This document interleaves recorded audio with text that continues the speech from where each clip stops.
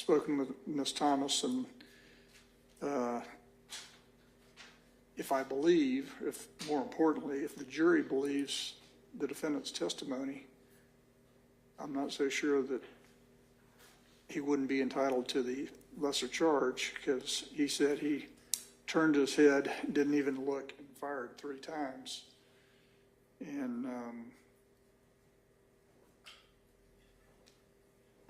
there is the misdemeanor of discharging a firearm within 50 yards of a public highway. Judge, I have case law right on this issue. Okay, all right. Judge, he also testified that he did so to scare the victim. And so that is the completed offense of aggravated assault. And so, Judge, there is a Supreme Court case right on this issue. It's a 2023 case. It's Chambliss v. State, 318, Georgia 161, 2023. Chambliss v. State, 318, Georgia 161, 2023, and it's even post MacGyver. Okay, so that says Chambliss argues that this charge. Let me see. Chambliss contends the trial court should have instructed the jury on felony or unlawful involuntary manslaughter. A person commits the offense of involuntary manslaughter in the commission of an unlawful act when he causes the death of another human being without any intention to do so. Slow down just a little bit. Ms. Simtest, keep up with you. I apologize. By the commission of an unlawful act other than a felony, and upon conviction thereof, cites that.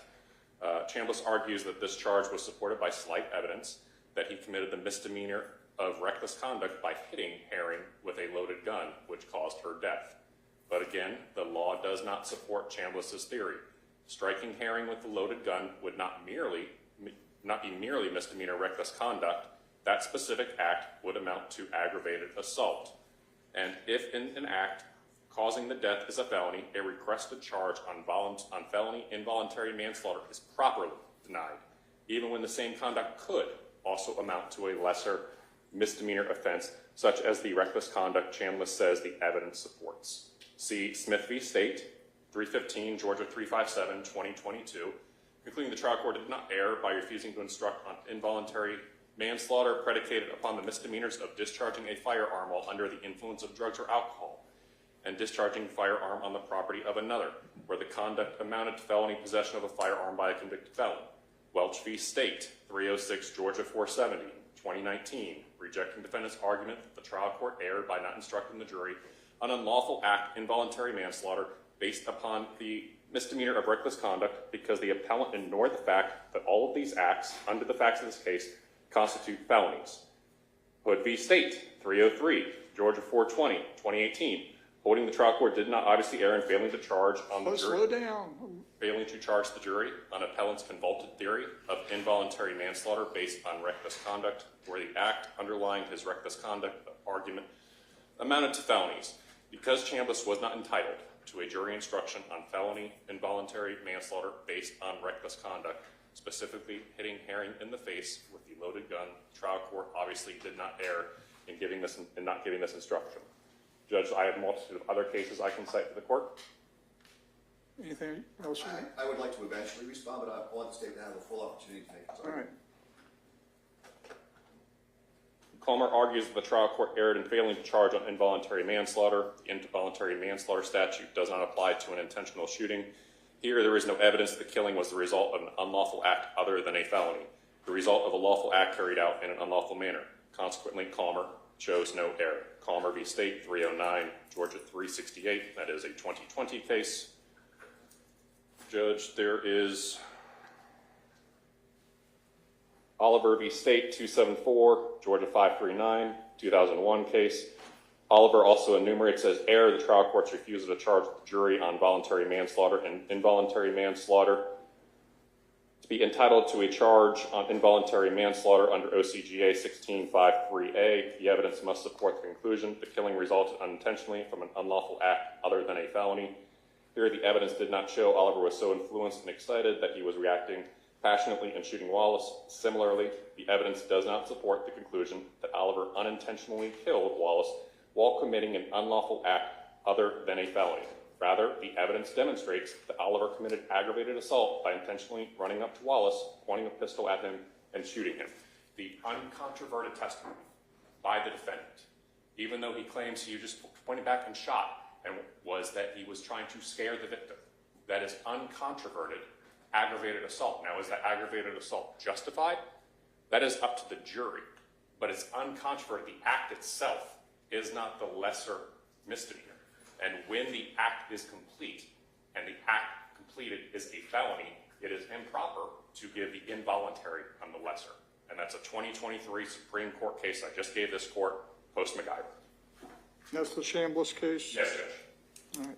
Okay, thank you. May I respond, Judge? Yep. Thank you. Doubtless, there are a lot of cases, as the state has set forth, that hold that the trial court did not err or make a mistake by denying the defense's request for involuntary manslaughter charge. I'm not saying otherwise. But I'm sure there are cases out there, too, where the trial court did err by not giving an involuntary manslaughter charge. And it's a case-by-case analysis. But I bet you there's not a single appellate case out there, Court of Appeals or Georgia Supreme Court, that says that the trial court cannot exercise its discretion and give an involuntary manslaughter charge when it deems that it's warranted. Saying that the trial court didn't err by denying the defense's motion isn't the same as saying that the trial court can't give it when the trial court deems it to be appropriate. Here we have a situation where the facts are in dispute. The defense's contention is that it is possible that jurors could infer from the evidence a scenario that is consistent with an involuntary manslaughter charge. If it's not given and we're wrong, we're looking at it coming back. If it's given and it's not required, no harm, no foul. Our contention is better safe than sorry. It should be given. Thank you. Judge, there is a harm. The harm is that if he's not entitled to it and the jury convicts on a charge that he is not entitled, the harm is to the family. The harm is to Mr. Thomas. I understand. Okay, thank you. Thank you, Your Honor.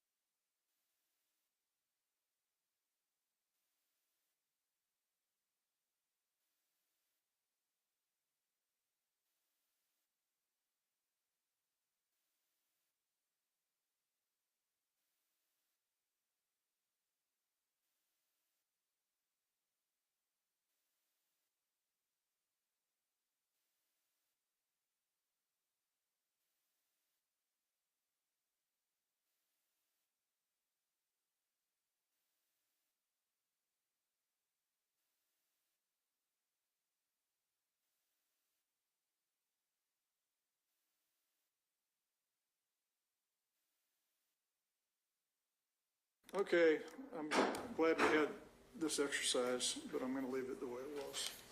I'm sorry. I'm glad we reviewed it, but having reviewed it, I'm still think I'm right by excluding the discharge of firearm on a public highway. So I'm not going to charge that.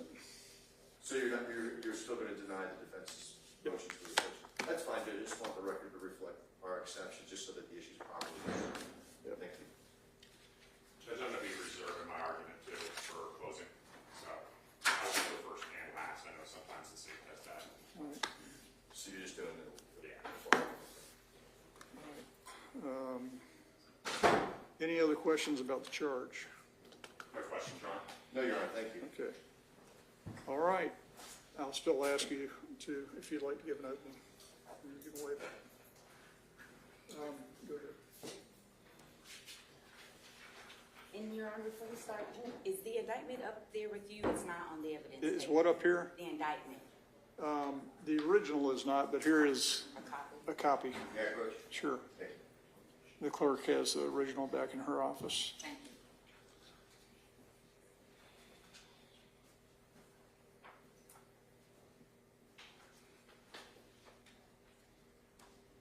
All rise for the jury.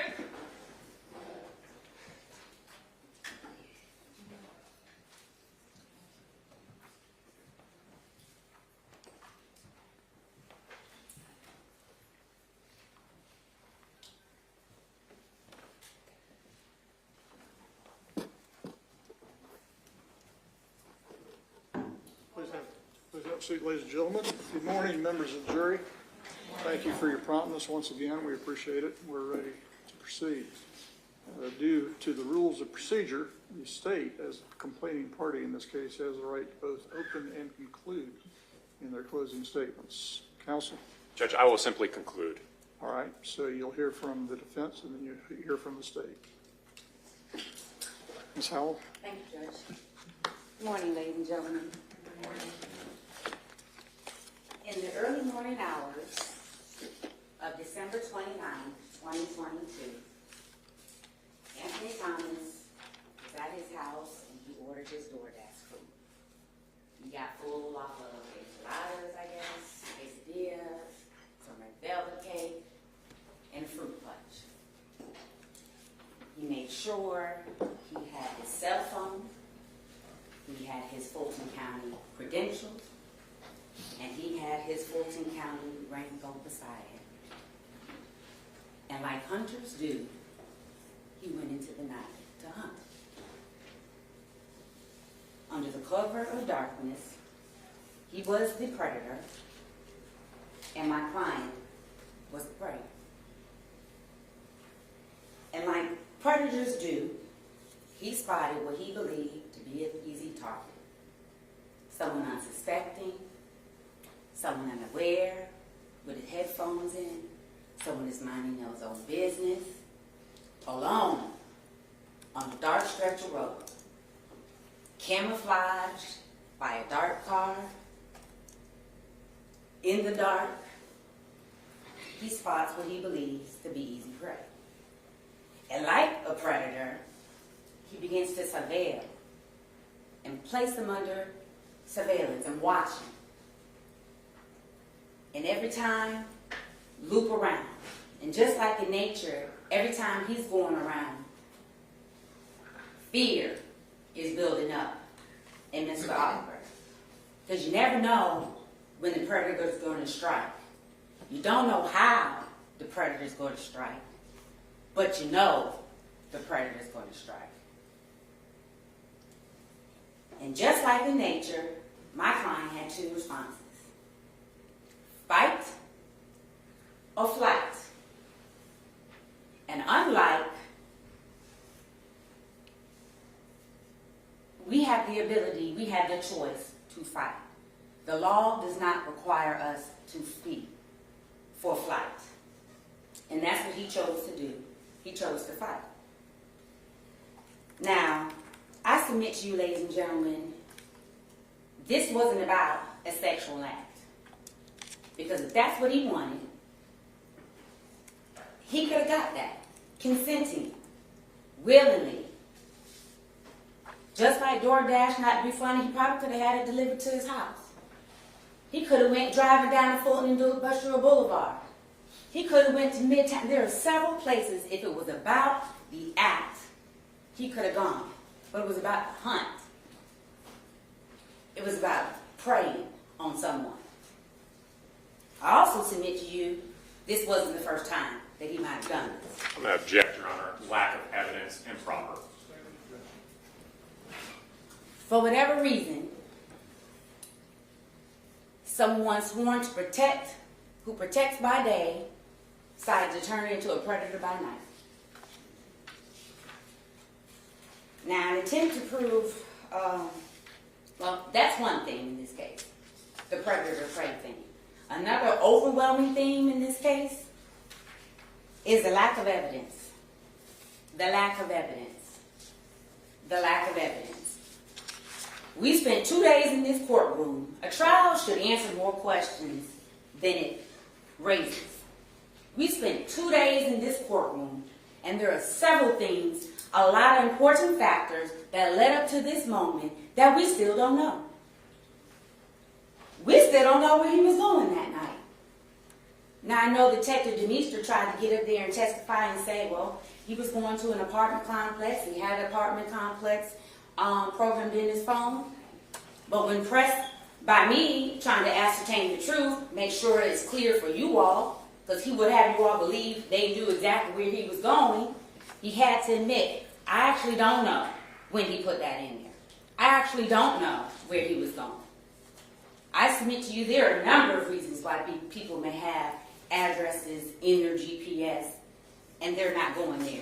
I do it for planning purposes all the time. Well, how long is it going to take me to get X, Y, Z? Next thing I know, I hear turn right. Like, oh my God, I didn't turn this off. They don't know where he was going. They don't know why he left his house. He wasn't going to get food. He just ate. So use your common sense on that. Why did he leave his house? We still don't know why he stopped my client. There's no evidence that there was a pedestrian in the roadway, a concerned citizen called, that he waved him down. Why are you stopping a strange 6-something-foot black man in the middle of the night begging him to get in your car? Why? And then if you did, why did he not leave him alone? Was there something, did he have a mental illness? Was he under the influence of something? Judge, objection. Objection and asking for a curative instruction for that violation. I'm giving speculative reasons that they can consider based on their common sense of why he would not have exercised clear judgment.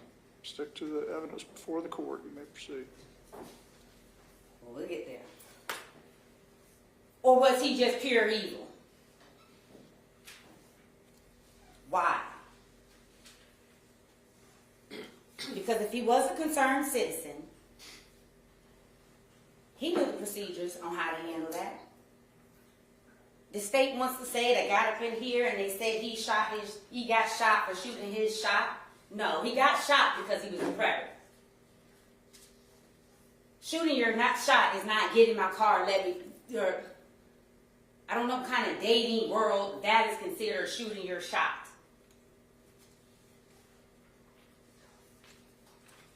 We still don't know why. Again, he took no for an answer. Ultimately, we don't know anything about him still. I know his sister testified. I know he has 3 siblings. But we heard nothing about his character. Judge, objection. Bad faith argument. Sustain the objection. Put it this way.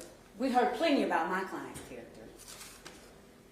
You heard that I'm going to object on the inference. That's an improper inference. Sustain the objection. Your Honor, that's the evidence. You will hear, and the court will give you a good character trait charge. Good character has been entered into this court. My client's sister testified to his character. That was the purpose of calling her. She testified that he has a character trait for truthfulness. Another character witness that came up here and said he has a character trait for being calm, for being chill. You are able to consider that, and the judge will instruct you on that. That is the character of my client. The evidence also shows that this man is the type of person that would walk 1.5 miles in 46-degree weather after working a shift. That's who is on trial. He was minding his business. That they don't want to talk about it. That's his character. And you can consider that. And the judge is going to tell you that.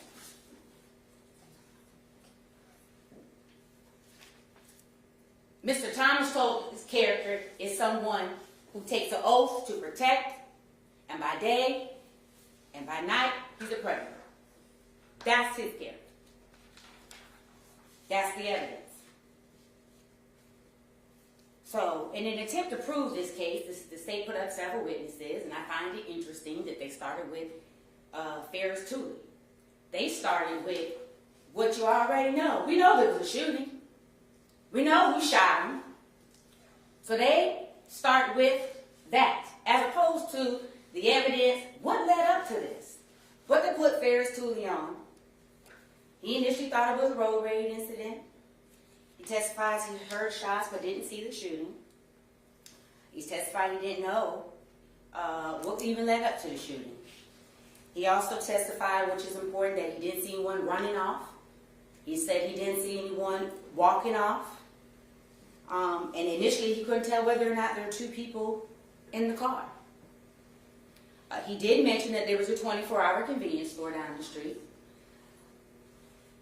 And I only mention that because don't let the state try to hang on that. Like, oh, well, maybe he was going to the store. There was no evidence submitted that you all heard that Mr. Thomas was trying to go into the store. He already had a full belly. He ate full. He left. No evidence of that. Then you heard from Ms. Sims. She really didn't add anything to the case. She was a car that was hit by Mr. Thomas's car. She didn't want to be involved in here. She didn't see the shooting, so she really had nothing more to add. Nevertheless, they called one of their investigators to impeach her. Again, this is a lieutenant investigator with their office. Y'all seen me fumbling with body cam, recording after recording. They could have easily recorded this, particularly in a major case where you make a statement for the first time. I might want to record this because there's a strong possibility that I maybe encounter a witness who is not cooperative, and I need to impeach her. And I know we should just believe people when they say things, but she says she's an officer of the court. But again, ladies and gentlemen, it would have been simple for her to record it. I was on Zoom, hit a button. I don't know. But really, that's not even the main point, because Ms. Sims doesn't really have anything to add to this case. Again, anything that they try to say, the car hit her, he placed her in danger, again, but for Mr. Thomas getting out on the street, preying on my client that night, we wouldn't be here. My client was minding his own business. He engaged my client on this night 3 times. Then we have Hermit Brodus. His truck captured one of the interactions between my client and Mr. Thomas. According to Mr. Oliver, that was his second encounter. And y'all saw that video. It was dark. It was real dark. You saw him walking, minding his business. You see that car stopped in the middle of the street.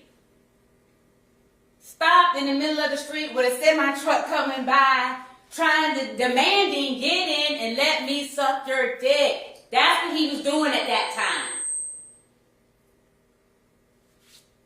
Stopped in the middle of the road, soliciting. Hermes Brodus captured that, and thank goodness he did. Because guess what? We being here, definitely ex-deputy's word against Mr. Oliver's word. Thank God that was caught. That's proof and evidence of the interaction, and they had no explanation for that. no reasonable, lawful explanation for that. Detective Denise, I asked him, is there any evidence of any sort of reason why he would have encountered and stopped my client? And he had to say no. And so when you don't want an interaction to continue, you have the right to say no. You have the right to say, leave me alone. You do. His truck captured the interaction. He even said, oh, you can hear him say, damn, he stopped in the goddamn road. You heard him say that on the thing. Then you see the car kind of squirt like, oh, and bust a U-turn. That's the extent he was willing to go to. What did he say? He said Mr. Oliver kept minding his own business again. He tells you again, he did see him make a U-turn. You can see that on the video. And he testifies that he didn't see Mr. Oliver waving back. Like, come on, come back. Mr. Oliver was trying to, like, get on. He was trying to get home. That's the second encounter. So by the second encounter, you're really like, oh my God, what is this dude? Like, come on, I done told you no. Now you're coming back asking them, come on. Again, it's dark. Then you have crime scene tech. They testified, and I believe it was State's Exhibit 26, and you can see that Mr. Thomas was not wearing his seatbelt at the time.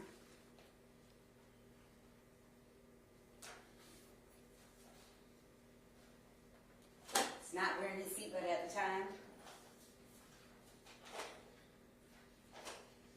You also have State's Exhibit 25, which shows the bullet holes in the side of the door. And I know the state tried to make a big deal of, well, aren't they all in one center and right here? And so, like, you aim. You all will have the pictures back there. That is a determination for you all to make. Like I said, I'm not familiar with guns.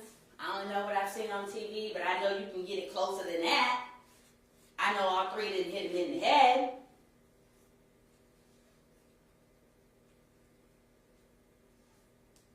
You have State's Exhibit, the crime scene tech also took pictures of State's Exhibit 45 and 47. That's the Fulton County Sheriff's vest and the Fulton County's rain jacket. I got Detective Demeester to admit there's no reasonable explanation why he should have had that stuff just thrown in there. He had his credentials right by in the front seat. And think about it. When you're in a car, the things you use most, either in the door, I get in, I put my purse in the seat. I got everything in my front seat that I use. If it's not there, it's in my side door that I need. So he had it within arm's reach if he needed to use his credentials or if he needed to use that rain jacket as a ploy. And I get there, but he had everything right there. No explanation of why that stuff was out. That crime scene tech also did touch a little bit on the absence of why there may not be any shell casings. I submit, the state may try to argue he somehow, during the course of this, had time to stop, look in the dark, find his shell casings to pick him up and run. I submit to you that didn't happen. They just didn't find him. You had explanations of why they might not find him. Weather, cars, temperature, moisture. It's dark. They find a shell casing that didn't even have to do with the case.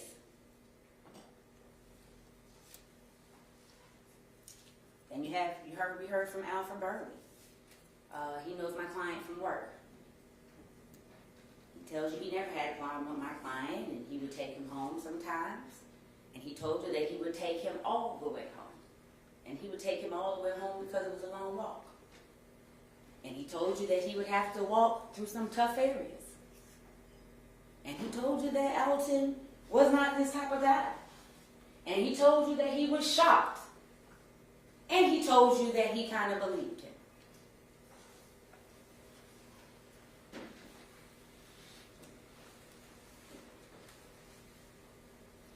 Alfred Burley was also the individual that was driving that day. So I know the state and Detective Demeester tried to make a big deal like they tried to flee. They didn't try to flee. Y'all saw the video.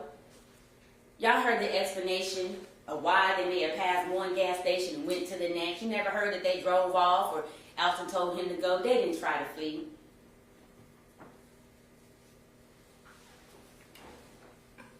Then we heard from McManus, who was in the other crime scene. Tech, I guess he did the drawing of the crash. We know there was an accident. What we need is that infotainment material. That's what we need. We need that information that was on that Ford Fusion that Detective Demeester testified to, that will show you the route that this predator was taking, how he was able to find him every time. Maybe his police training helped him at that, being able to surveil and keep someone under watch. Because as he was circling, he was able to do it. But that's what we need. We don't need the crime scene sketch. The lack of evidence is something you can consider. Again, the lack of evidence is a theme in this case. Objective test results we don't have.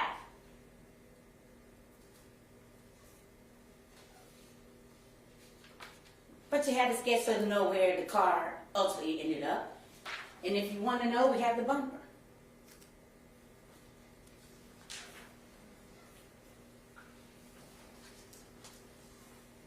Then you have Wilder. I think he was a crime scene tech. Yeah, he did the GBI swabs for DNA.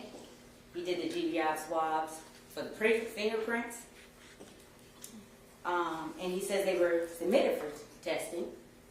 But Detective Demeester came in here and told you he found that to be irrelevant. But he didn't know that at the time. Because the car was taken from the scene to impound. That is when they swapped. Within hours, the next day. He didn't know who Alton was the next day. Submit those fingerprints and DNA swabs. Why not? I mean, if we're here to ascertain the truth, I'd rather have more information than not. The lack of evidence is a problem, and the judge is going to instruct you. Reasonable doubt is based not only on the evidence, but the lack of evidence.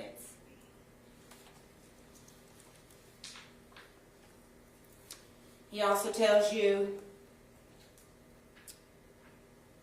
that he can't tell which defect came first in the car. He testified that Exhibit 57 is a shotgun casing, Exhibit 58 is some more ammo, and then they find the shotgun in the trunk. And I know, according to Detective Demeester, we have the picture. I don't know what number it is. Y'all have the pictures in the back. But we have the pictures and the shotgun sitting right on top. But his testimony is he found it kind of in the bottom of the trunk, underneath all that trash. I don't know. Common sense would tell me if we're going to make a thorough inventory of the car, you might start from top, bottom. And then when you get to it, take a picture of it in the bottom of the trunk. Why is the picture on the top of all that trash? On the top. You just dug like this, you're not being careful. And I got the officer to admit, so what?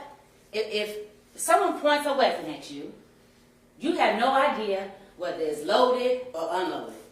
No idea. Only way to find out is to try. So and he conceded. You can get somebody to submit by pointing the unloaded weapon to them. And I'm going to get to why that's relevant too in a minute. But yes, an unloaded weapon, an inoperable weapon, if pointed at you, is threatening. You will submit unless you're willing to try it. Then you have the medical examiner. He's testified that he couldn't tell you whether or not Mr. Oliver fired in self-defense. All he can tell you is the manner. It's a homicide. But that's really up to you to decide whether or not if it was justified shooting. And I submit to you it was. I submit to you it was. He testified that he knew Mr. Oliver was a Fulton County Sheriff's deputy. He testified and put in a report. He took blood and urine. And y'all had questions. I'm going to object as improper inference. This court is already instructed to disregard. Move on, counsel.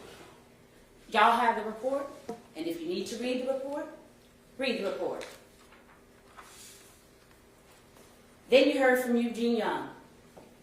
He was another co-worker who gave him a ride occasionally. He said he didn't. He actually gave him a ride that day. He said, too, character witness for Mr. Oliver. I never had any problems with him. You know, he just didn't take him all the way home. He said he's never seen him with a gun. And he said no, he normally didn't chill. And when he dropped him off, he was in a regular mood.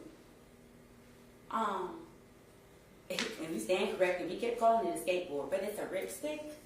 Not a skateboard that he had in his hands.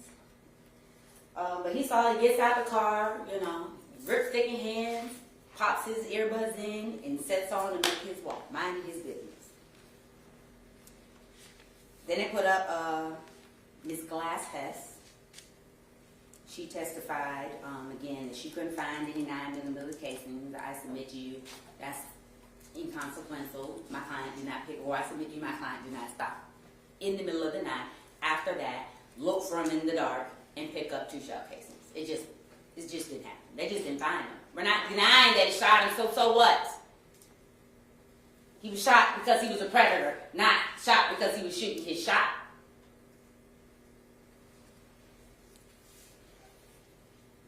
Then they put up Detective Demeester. They said he arrived on the scene at about 6:50. That's a little bit, about 2 hours after the incident.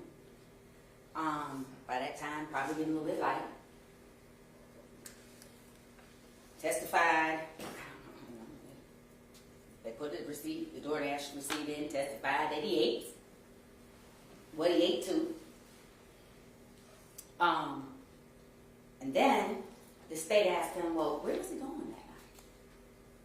Oh, he was going to an address in East Point at blah, blah, blah, blah, blah, a very large complex. Okay? And he gave you all the impression that he knew exactly where Mr. Thomas was going that night. He misled y'all.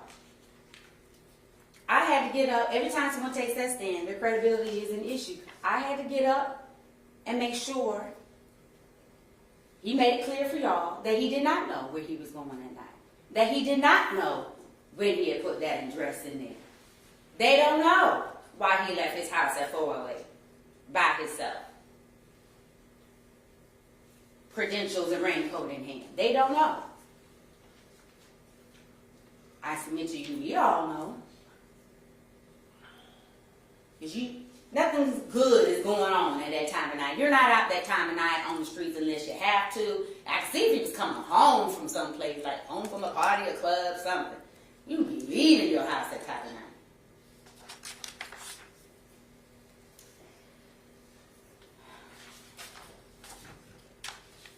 And he admitted, he even had to admit that to the Thomas family.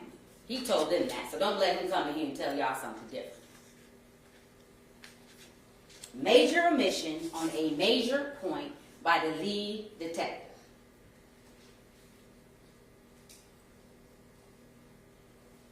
He also said that he admitted he couldn't get into the iPhone. The primary source of his communication was his iPhone. He admitted, and he couldn't get into it. So we don't know who he last communicated with. We don't know anything. That maybe have given us some insight to at least why he left the house. Maybe he did have a reasonable explanation. But we don't know. Lack of evidence. That's one of their favorite things. Again, but they don't want you to focus on the things that all led up to this. They want you to focus on the stuff we already know. We know he shot him in self-defense. We know he shot him because he was in fear. We know he shot him because he was being preyed on in the middle of the night. Like, we all know that. But why? Why did he not stop? Why did he not? After the first time, after the second time. Because he's a predator. Didn't Tamisa also testify to the statement that Mr. Oliver gave? One of the first things that one of the detectives, he said it was Leon Packer, Mr. Packer, he said it was Mr. Packer, but he said, look, I feel like something happened, and you feel some sort of way about it. So they even knew something happened out there. They knew my client just does not go off. I mean, he didn't have any reason to shoot Mr. Thomas, but for him messing with him. They even know that. Something happened, dude. But the first thing Alton tells them is like, I'm going to make this clear. I'm 26 years old. I have a good record, and I don't mess with anybody. That's another thing throughout this case. I'm 26 years old. I have a clean record, and I don't mess with nobody. He told you he got spooked. He told you he was tired. He just got to work. He told you he was tired. He told you about a prior ATV incident, an accident he had, and falling off the truck. That's why he had the rip stick. Sometimes you get tired. Sometimes you want to push your feet on the thing. You just glide. He told me he kept following me and he wouldn't stop, and he kept getting closer. And look at those pictures. You wouldn't be shot like that if you weren't up in his face like that.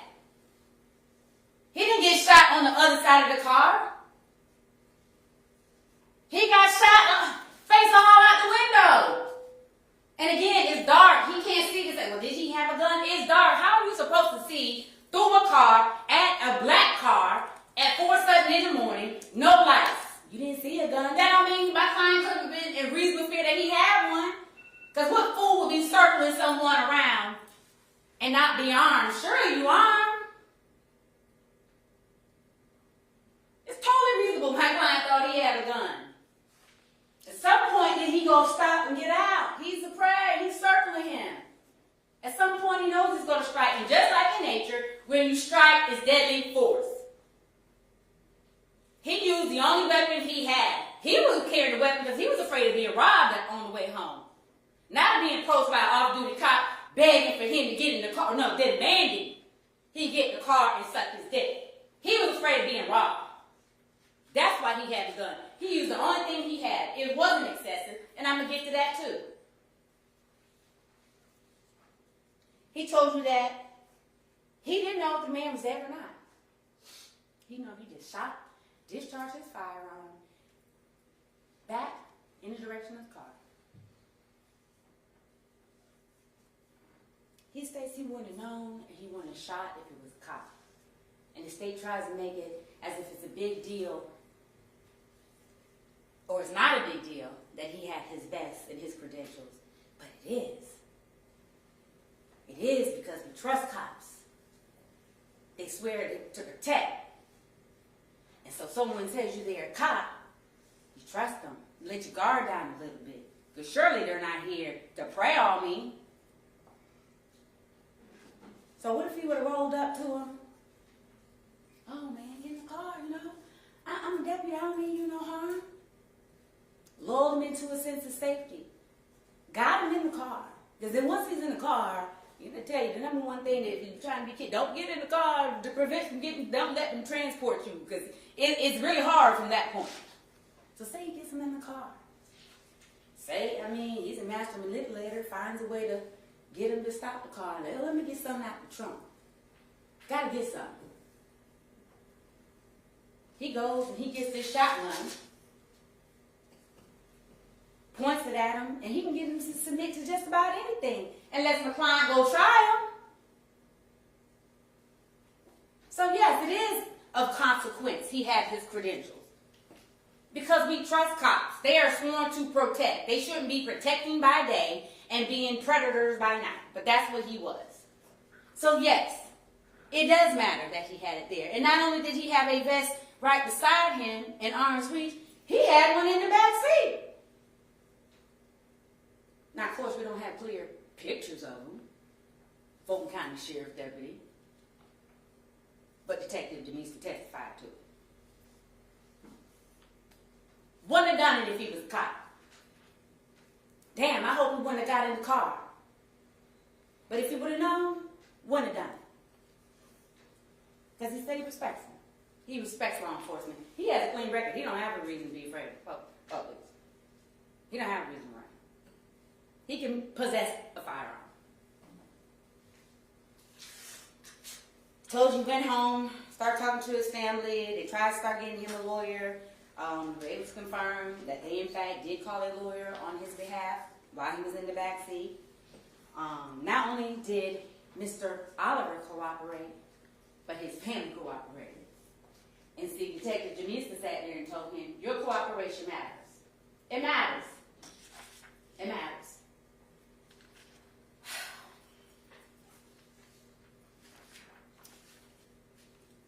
But despite cooperating, we find ourselves in here today, and my client finds himself on trial for murder.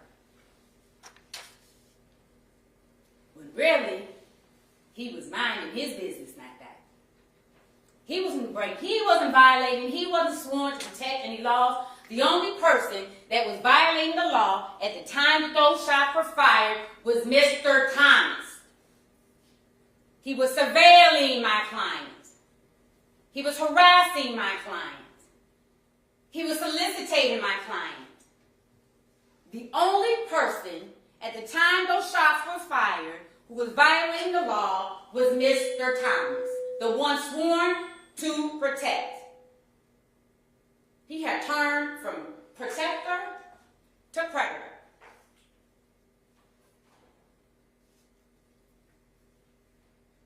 Gave his side of the story, went home.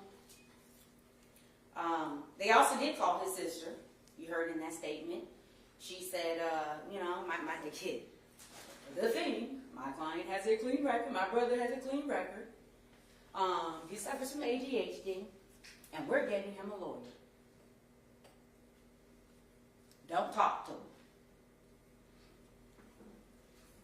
They called Detective Packer. He simply testified that he got the gun. That's not an issue. They corroborated. They gave him the gun.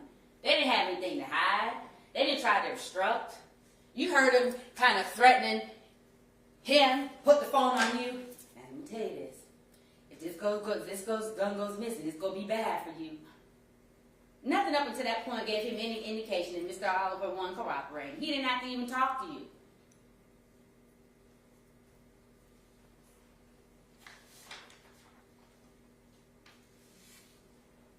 Then you have Mr. Newsom. That was the last witness they called up there to testify essentially my client was sometimes an angry man, I think he said. He said he didn't really know him. He kept to himself. But he admitted he was in the car with them that night. Like, if he was so bad of a person, if he was so angry, why are you riding in the car with him at night? Why? And then if that's the witness that the state brings up here to say, to say my client was an angry person, I guess that he had a trait for being angry, why didn't y'all say that he was in the car with him? Why would I have to bring that out? Again, what are you trying to hide? Yeah, he was in the car with him, but he still thinks he's an angry person. They would have you believe maybe he wants to distance himself from, no, he was in the car with him.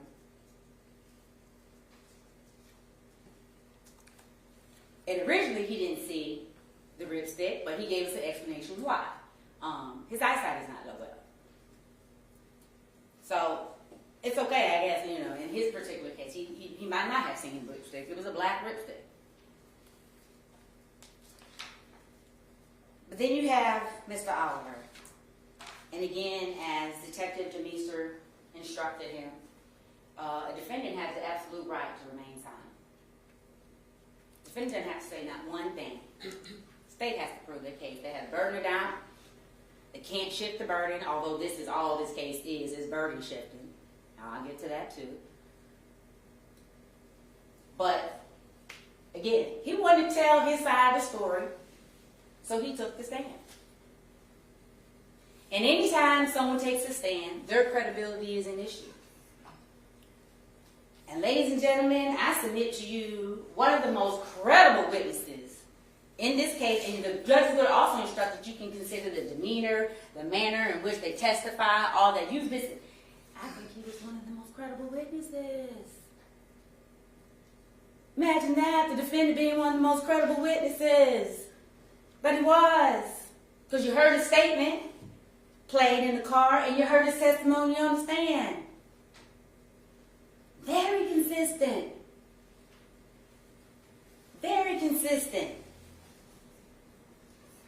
And I'm not going to go through the facts again because at this point, again, like the state said, when he got up here, 92% of this is not in dispute. We know he got off work. We know he was minding his business.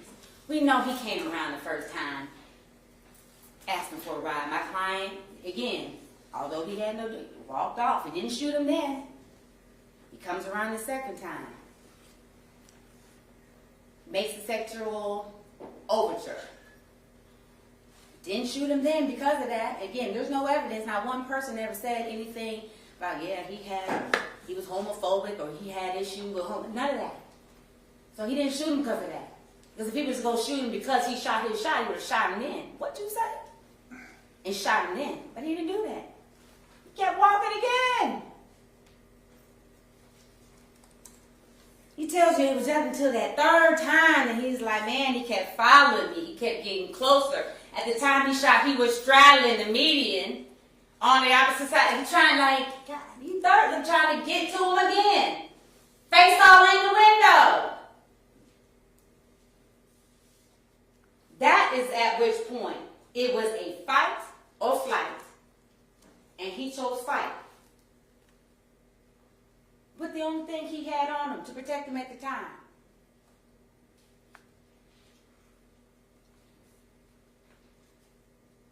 In an effort to impeach my client, they put the upstate to them 25, showing the bullet holes.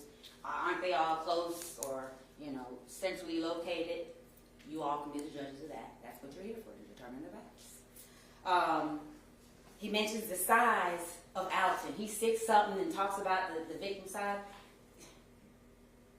How is he supposed to see through a car? Someone sitting down in the car at night, a black car, a dark-skinned person at night, wearing semi-dark clothing. But you want me to size him up and I think I could take him.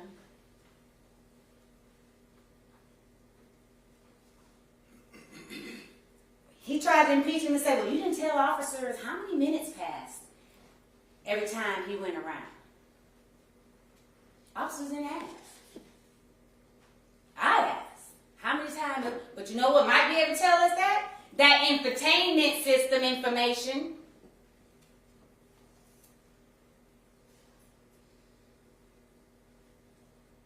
He tries to say he never told him about the sexual proposition, but he did. He said, man, he came up and said, man, get in the car. And my client said, man, I'm not on that. A good, thorough detective trying to really find the truth would be like, what do you mean by that? I'm not on that. Well, this is what it is. And you can't blame him being in the back of a patrol car, being a man, want him to, talk about how he was sexually assaulted by another man. I would imagine that that's a hard conversation or something to say. But just like the number one sexual assaults against men are probably very underreported, black men going missing is underreported too.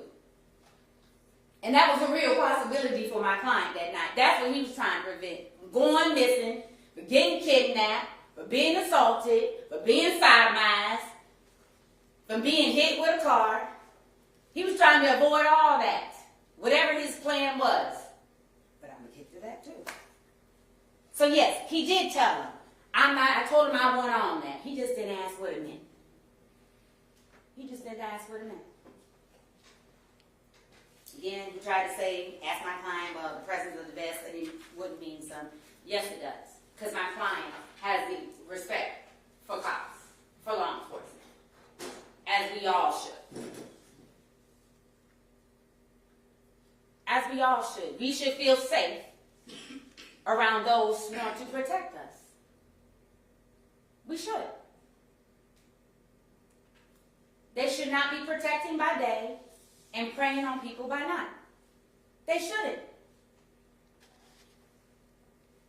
So that's one of the things when you're back there and you're looking at the indictment and you have to decide murder, aggravated assault, criminal damage, you have to decide between the predator and the prey. And I submit to you, it should not be a hard decision. Now, I'm sorry that we're here, but guess what? We wouldn't be here if Mr. Thomas would have stayed home. You don't want to stay home? Leave my client alone. You don't want to leave him alone? Leave him alone the second time. But just don't get to keep repeatedly harassing people. People have the right to tell you, no, leave me alone. When you approach someone 4:30 in the morning, you are in fear. That person and they've already approached you 2 times, they don't mean you any good. Get in. He doesn't mean him any good.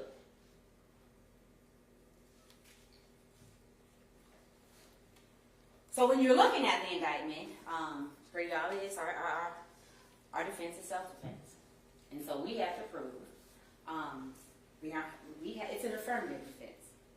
And that's important because what that means is that the state has to disprove it. They have to prove that he wasn't in fear.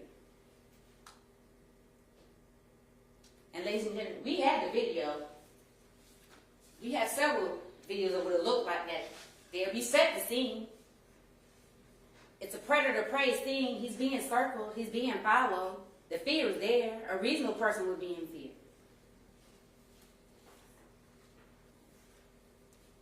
We have to prove that the danger is imminent. And the state would have you believe that it didn't become imminent until the 3rd offense. No. This was a growing situation. This was, predators move slow, right? They're calculated. He took his time. He probably might have knew he was instilling fear in my client. I don't know. But he was getting off on something. Circling around, coming back around looking for him. The fear was growing. As his intent, it was growing. It was imminent. He told you he took off his earbuds like, okay, maybe I need to pay attention. You know, and as much as the state would like to say, don't let them get away with he shot his shot for shooting his shot. No, he got shot because he was brave.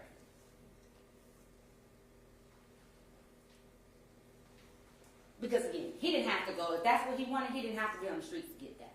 He didn't have to get it like that.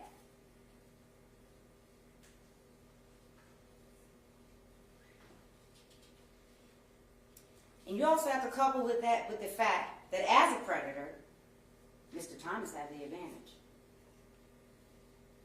He had a car, which could be used as a weapon.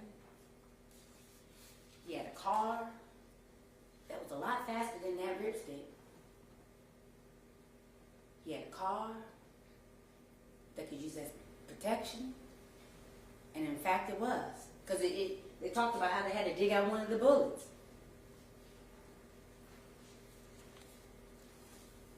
A car, if used offensively, can be a weapon.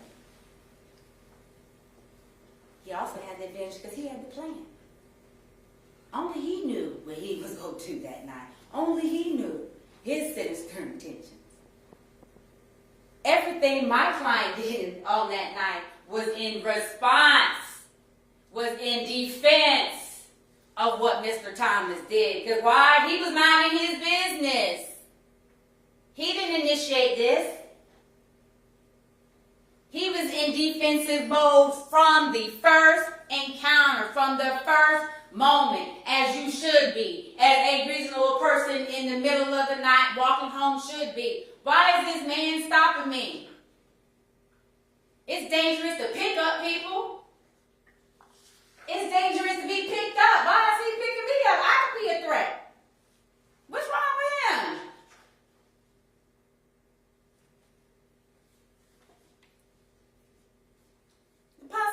The possibilities of what could have happened are endless.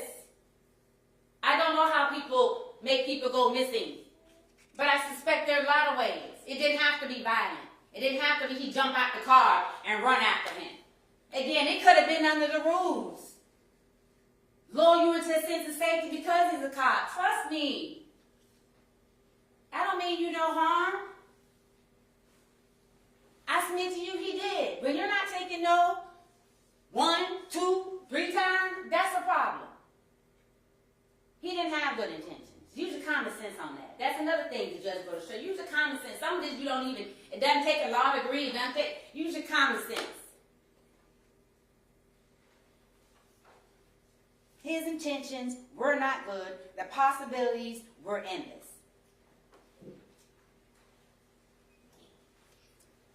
State might argue that it was excessive. I argue it's not. I argue deadly force and was warranted because that was the only force he had. He won't go outrun a car. He won't go win a head-to-head fight with a car. He doesn't know whether or not he was armed or not. He couldn't see in the car. Is it reasonable to believe that my client thought he had a gun? It sure is. Very reasonable. Because again, it's dangerous either way. You taking a risk either way. Whether you're the one picking someone up or you're the one being picked up. It's risky. That's why you don't do it. It wasn't excessive. He used the only weapon he had. He told you he didn't aim for his head. He pointed the weapon in the direction of the car. He just so happened to be leaning out the car and still straddling and trying to get at him. Coming towards him again. Coming closer. For what reason? None. My client was at a disadvantage. This predator waited until the cover of darkness and found someone on the street who he thought was easy prey. He was at a disadvantage. Again, he thought he was going to be afraid of going home being robbed. Not this. Not this. This was a shock to everybody. Boy, this is a good one. The judge is also going to tell you there is no duty to retreat. Georgia, stand your ground. Stay. And I told you, since this predator was preying at night, just like in nature, there were 2 choices. Fight or flight. State would have you believe, well, why you didn't hop on your ripstick and just skate home? It looked ridiculous. It sounded ridiculous. There's no duty to. Why didn't he just leave him alone? Well, why didn't you just run off into the woods? It's dark. I don't know where I'm going. It's 46 degrees, and now I got to run in the woods, put myself now in fear of other elements. Misdirection, because he wouldn't say no. Why wouldn't he just leave him alone? Well, why didn't you just call 911? Well, he told you why. He told you, I was just trying to get home. Calling them was not an issue. I'm hoping this man just leave me alone so I can go home. Also consider, say he had called 911. We're dealing with a nasty manipulator. Someone who protects by day and prays by night. So say the officers pull up on the scene. What's going on here? None. I mean, I'm just full, off-duty full kind of sheriff deputy. And, I don't know. He could have flipped that script so easily. And because we give officers the benefit of the doubt, as they should, as we should, he probably would have gotten it. He probably would have gotten it. So no, he didn't call 911. There's no duty to retreat. He should have left them alone. Why didn't you shoot in the ground? Why didn't you flash your gun? One thing I do know is I've never shot a gun. My grandfather used to have shotguns, right? And he'd always be like, well, we got in a little skirmish or argument with some little girls next door. And I remember one day, we picked up the shotgun and pointed it through the door at the little girl next door. And we're like, you don't leave us alone? Okay, right? So then my grandpa comes home, and the first thing, you know, he says, let me tell you what. You pull out a weapon, you better use it. You better use it. So if he would have showed his weapon, then he raises the point of, you know what? Now, what if he didn't know if he had a weapon? Then you're in the shootout. Then you're in the gunfight. What really should have happened was leave him alone. He wasn't messing with nobody. He wasn't violating the law. He had a right to be walking on that street. He wasn't in the street. He had a right to be walking on the sidewalk. He had a right to be walking home. He had a right to tell you no. He was the only one in the right that night. He was the only one in the right that night. He was the only one in the right that night. He didn't have to do any of that. He didn't have to rip stick home. He didn't have to do any of that. What Mr. Thomas had to do, which is indisputed, everyone agrees, was leave him alone. Self-defense is a complete and absolute defense to every element charged in this indictment.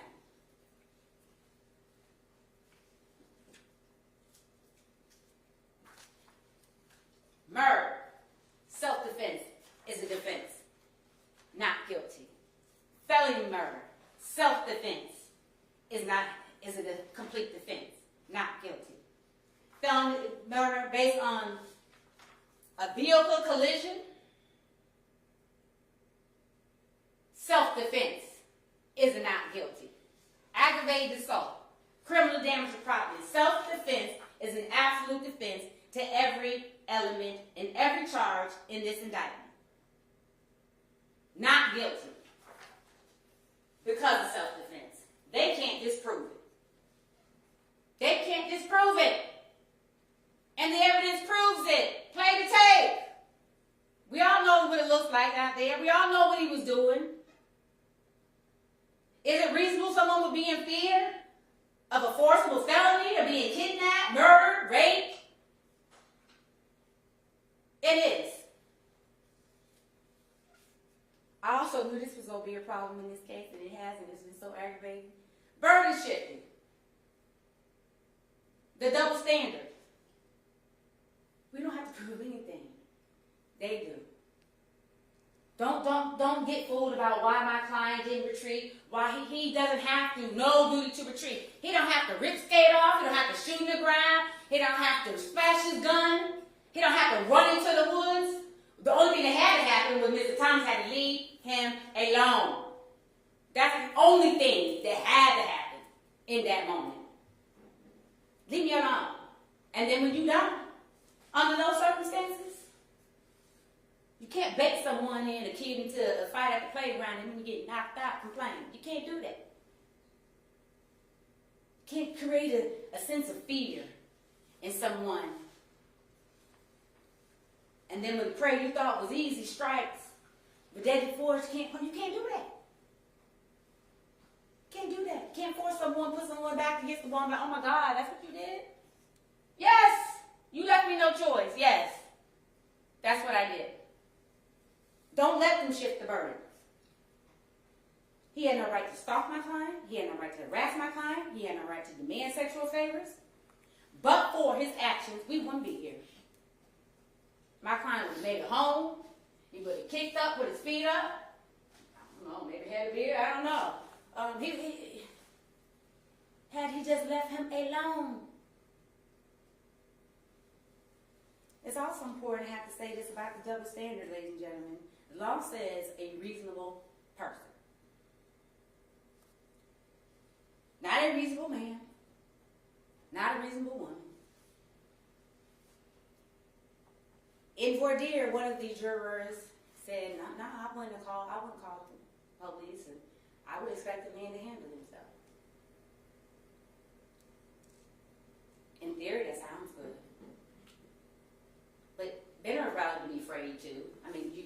Oh, there's a good thing that we have a cross-section. Y'all can discuss that. Men are afraid, allowed to be afraid too.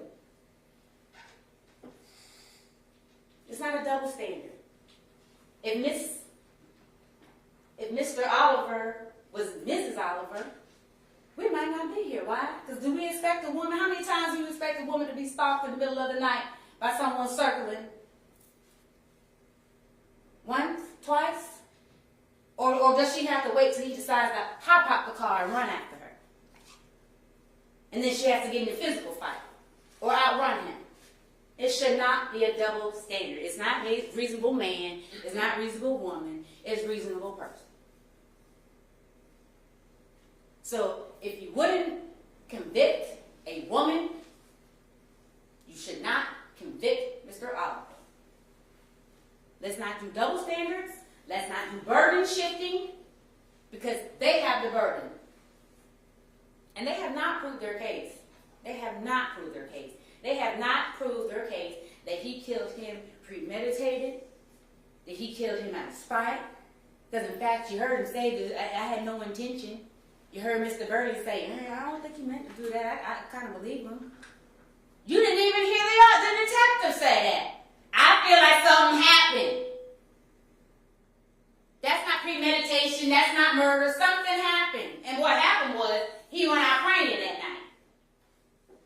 That's what something happened. And the prayer he thought was so easy wasn't so easy. He probably didn't expect him to have a weapon. He probably expected he was going to be a downtrodden man. But no, Mr. Oliver had some business going on. He had something going. He had a reason to be out there. Don't do the double standard. Don't do the burden shifting. Now I'm about to sit down, and inevitably, I know two things are going to happen.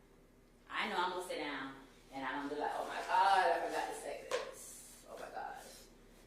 That's one, but I know you all were listening. I know you all were paying very close attention during the trial, and I thank you for that, because this is a serious case. You all took notes, you all paid attention, and luckily it wasn't that long. But if I do forget to say something, you all heard the evidence. If you have any questions about it, if you want to see a video again, if you want to hear tape again, I encourage you to do that. I encourage you to be more thorough than the state and the investigation has. Ask the questions that need to be asked. It's the lack of evidence, it's the evidence, and it's the conflicts in the evidence. And number two, he's going to say something I can respond to. I mean, you saw us going back and forth during the course of the trial. He's going to say something I want to respond to, and again, I'm not going to have the opportunity to. But you all heard the evidence. Nothing he's going to get up here and say is going to change anything I said. Nothing he's going to get up here and say is going to change the fact that on December 29th, 2022, Mr. Thomas left his house to go hunting. He left his house to go prey on someone.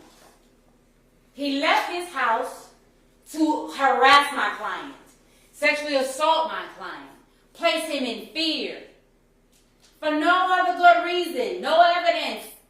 And anything he says now is just speculation because you heard no evidence of why he was out here. What reason did you have? It's not going to change one thing, that this predator was out there preying on him. And just like in nature, my client chose fight. And just like in nature, and on that day he chose himself,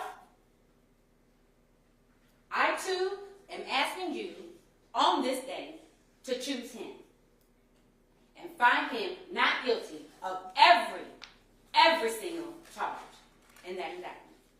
Thank you. Thank you, Ms. Howell. Ladies and gentlemen, let's take a 15-minute recess. We'll come back for the state's final word. All rise for the jury.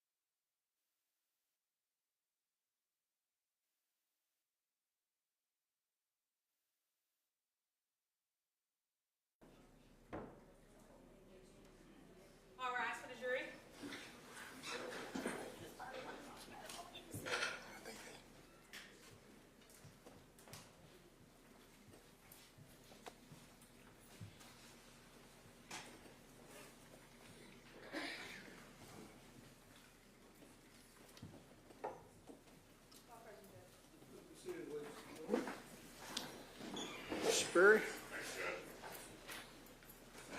Good morning, everyone. Good morning. Before I start, I want to do one thing, and I want to make it very clear, because no matter what happened that day, Mr. Thomas deserves to be known by his actual name of James Thomas. He is deceased. That family has to think of him every single day. It is not Anthony Thomas. The name's James Thomas. It should be ringing through each and every one of your heads, because that's the man that was murdered. Now, I know both sides here, we get up to 2 hours, and I'm sorry. I'm going to take a lot of that 2 hours, because James Thomas deserves that. And it's going to go into the lunch, and I'm going to cover the law, and it's going to be boring at times. But it's important, because the details matter. When this trial started, I told you what some of the most important facts are. And those facts are still the facts at the end of this trial. I told you James Thomas was unarmed. What did the evidence show? James Thomas was unarmed. I told you he was more than 2.5 lanes away when he was shot.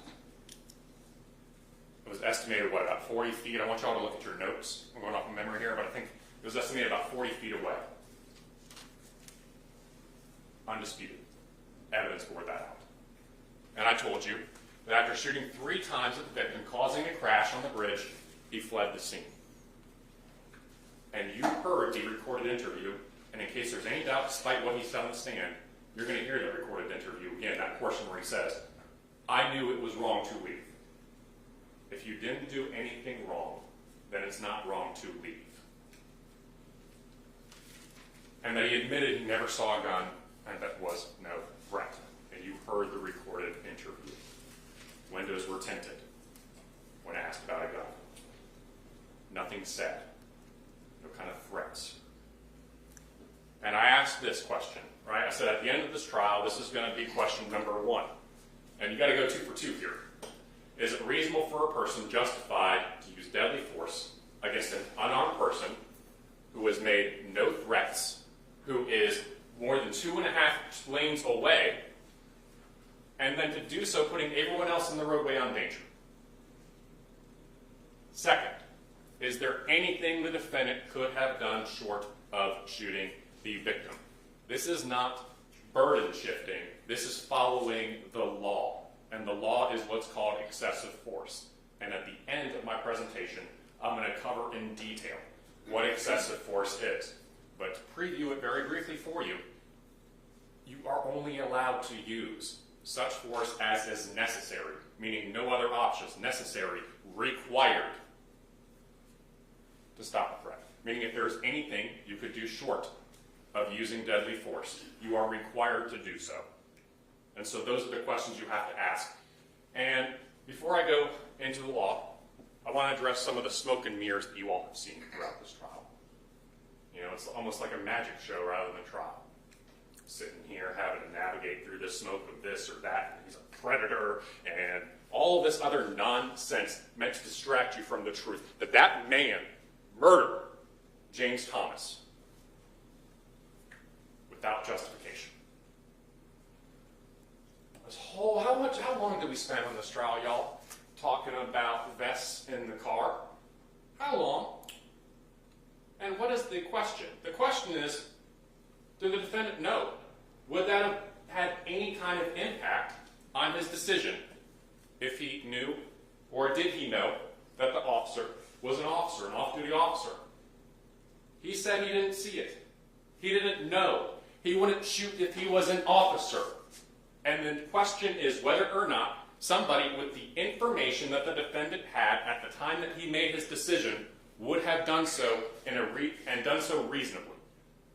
That has no bearing whatsoever on this case. And also, talking about how he's a predator, he had his vest in the car, or he was walking out with it and all of that.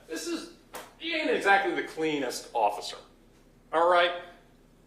If he has a fault, it's probably because he's not that clean.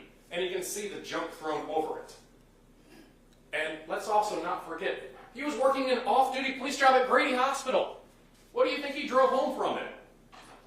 Of course he's going to have police stuff in his car when he works off-duty police jobs. Even Scott Denister told you, yeah, I've got stuff in the car. It shouldn't be shocking that somebody has things that are related to their work in their vehicle. But again, it doesn't matter because the question is, what did the defendant know and what impact did that have? It's a smoke and mirror. Talk about the duty to retreat. We're not disputing you don't have a duty to retreat. What we're telling you is that the conduct itself showed that he wasn't in fear. And duty to retreat only comes up when the other person is an actual aggressor. Going ahead and pulling up inside and hitting on somebody is not being aggressive. There's no physical force. So duty to retreat is not applicable. But where that's also coming about not scooting off on that second time, or not waving somebody down or going to the woods after that second time, that's all showing whether or not he truly feared for his safety.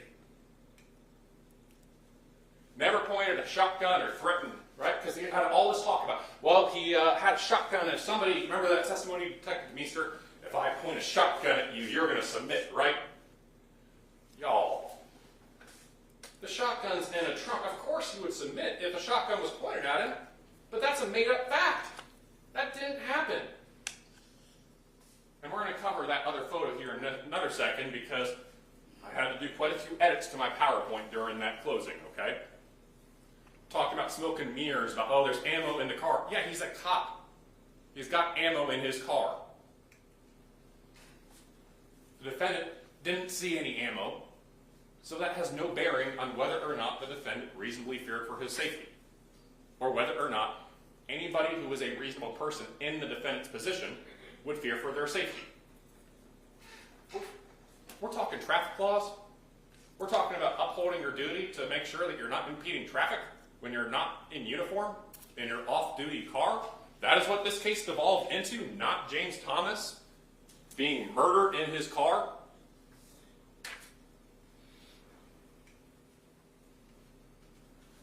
Where he was headed. That's not what we're here about. But we already heard, hey, he's headed off to an apartment complex. He works a midnight shift, okay? Switch it around. If you're working a 9 to 5, when he heads out 4 hours later, that's like him heading out at his 9 p.m., okay? He's allowed to work a midnight shift and then go ahead and enjoy the rest of his day. But where he is headed, we know that he's headed somewhere because he's actually got directions in there, right? It's not as though his GPS is leading him and following him all the way to the defendant. And this idea, well, you don't know when he put the GPS in. I ask you to use your common sense and ask yourself whether it's reasonable for somebody to be driving or put directions into a call, into your phone, and then still have that hooked in your car if you're not actually going in that location. And having to hear constantly, turn left, turn right. Does that make any sense? It doesn't. It's just meant to distract you because the reality is, what matters is what took place on Bolton Road. He could have been going anywhere. He could have been going off to rob a bank. Doesn't matter. It's what did he know, the defendant, at the time, and what would a reasonable person in that position do? You heard it just, 45 minutes ago? Made sure he went out there, credentials and raincoat in hand. He didn't leave his apartment with that. He had left the stuff in his car.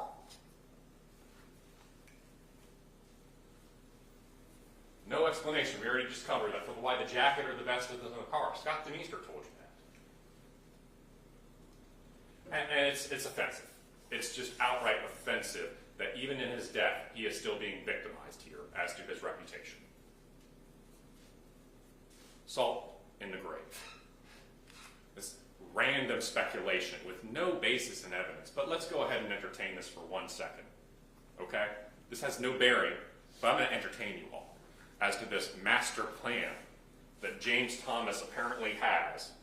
Okay, James Thomas is going to work his off-duty law enforcement job at a hospital, come home, order some DoorDash so that way he's carved up before he goes out to hunt, go out wearing his slides without getting the gun out of the trunk to go and then cruise up and not, by the way, if you wanted to go ahead and lure the prey, right? We know a lot of kind of predators can go ahead and use traps like fancy colors and bring you in.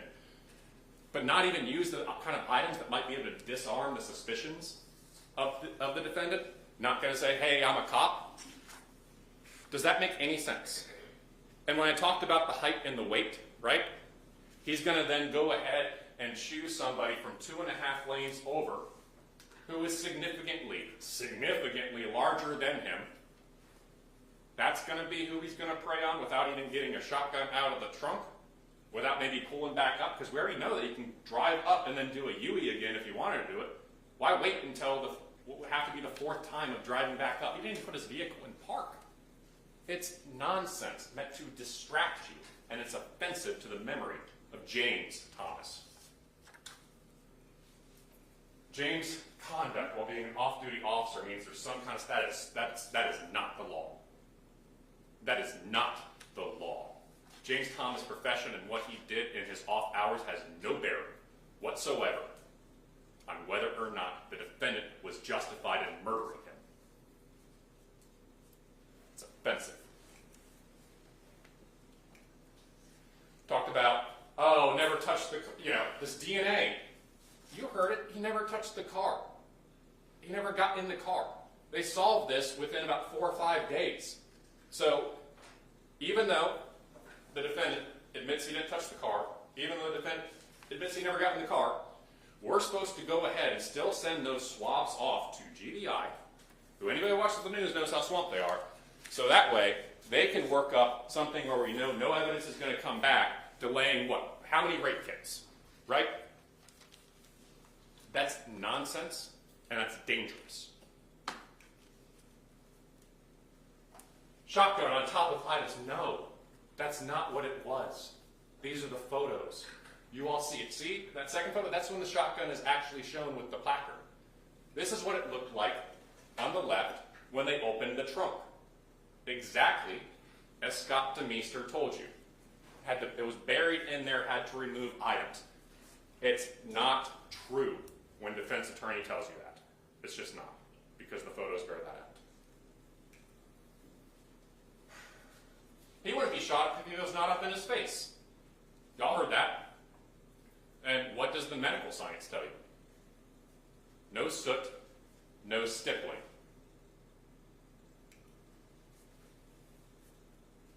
If so angry, and by the way, it's not Newsom, it's Mr. Widener, in case you were wondering who Mr. Newsom is. Travis Widener. If so angry, why riding in the car? Well, one, he's got a ride with Eugene. Great.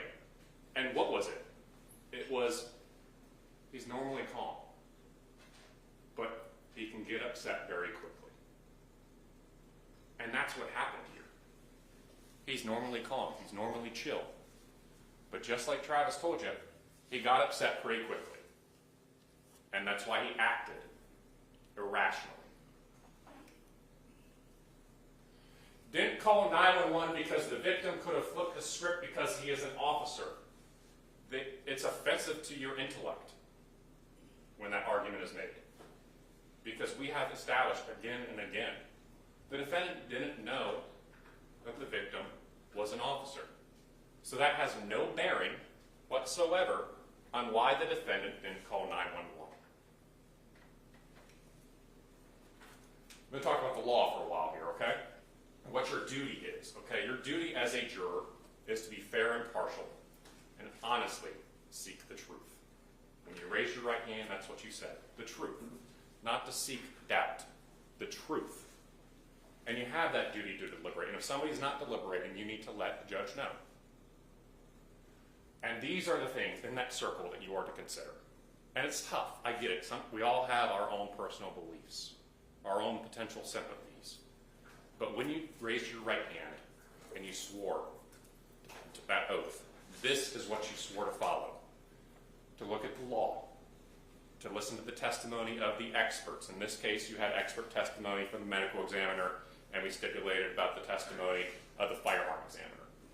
The testimony of the witnesses. Motive to lie, which I'm going to cover next. Forensic evidence, right? We heard that about the ballistics. Elements of the crime and common sense. Your personal feelings need to be set aside in the case to follow this. Not your passion, not whether or not you're concerned, what the public may say, not if you have any issues with the police, not if you have any kind of sentiment or sympathy, either for or against the defendant.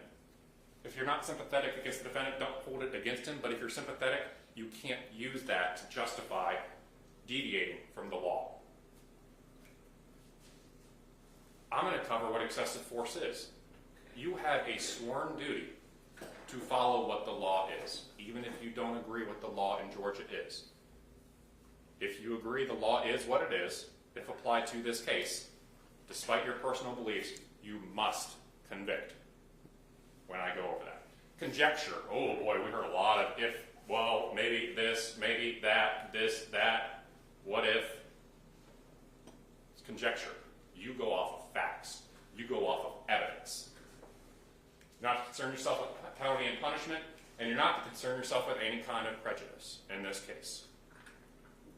I know that when we talk sometimes, we're in Atlanta, but we're still sometimes in the South, and sometimes we still do run into that prejudice about homosexuality. I'm not saying, and I don't believe that's the case for any of you, but to the extent any of that exists, you need to set that aside. We talk about motive to lie. I want you to hear, because he told police that he was telling the full truth. What we're doing, and part of that is on me to be completely forthcoming with you. And we already obviously had reason to believe that you were the one that was standing out there that day, or else we wouldn't be sitting here in this Publix parking lot talking about this. You know what I'm saying? So we've been trying to do our best, but our best in any investigation isn't just about finding one side of things. It's about finding the truth of things. It's about investigating everything fully. That's the full truth. Yeah. Okay. All right. He tells police that everything he told them then was the full truth. That also means not leaving out facts that magically happen when he's on the stand. But let's go ahead and clear up this timeline, right? He's talking about being stalked for 11 minutes. Upper right-hand corner. He walks off at about 4:22:44.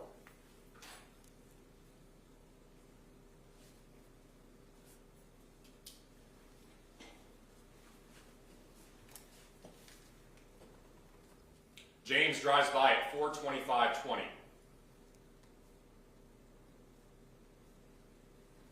Now, you've also got to factor in the time it's going to take James to catch up to him.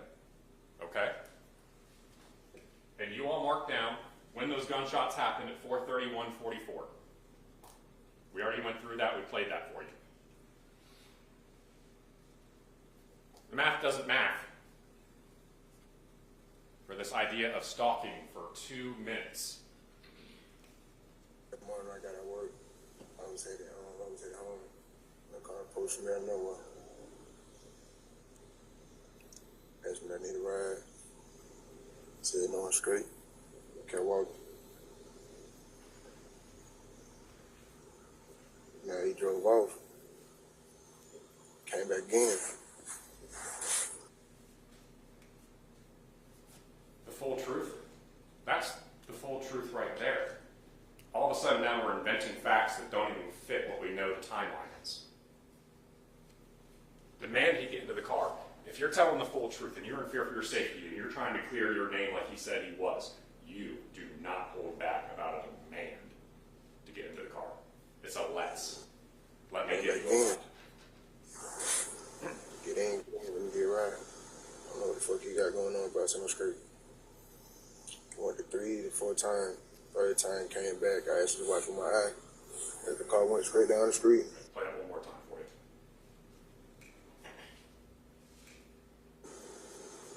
Came back again. Get in, let me get a ride. I don't know what the fuck you got going on, but I said I'm straight. Get in, let me give you a ride. Let me give you a ride. I don't know what the fuck you got going on, Australia. Really? Let me give you a ride as a demand that you feel is overwhelming, that you're going to be kidnapped, that you fear for your safety, to the point you are going to need to use deadly force in the next encounter. Right? And we already showed this one here. The headlights being off. Y'all saw that video. The headlights were on. Here we go. There he goes walking, and the headlights are on. They're just adding and making up facts, but it doesn't fit the evidence when you actually go and peer through the smoke and mirrors? Or brandish a firearm or anything I don't.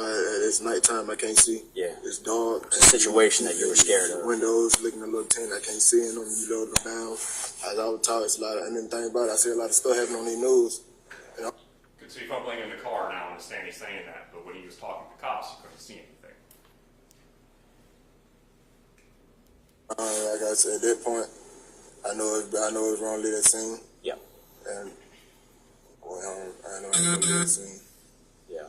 I knew it was wrong to leave the scene. Oh, this is a big one, y'all. Because we talk about motive to lie, and we talk about victim, and we talk about witness credibility, right? If somebody's lying to you about this, they're going to lie to you about something else. What did he get up here and tell y'all? What do you do? I just turned around. I wasn't shooting anything. I wasn't shooting at him. You know, I just figured I just turned and just, why are we shooting down? And then we had this whole thing about the grouping, and no, I wasn't shooting at the car. It's a lie. Word hit a car, and then he went that Back way. up this way. I got 2 shots. Toward the driver. It was the driver window. Was no passenger. It was the driver window. And just shot out that way.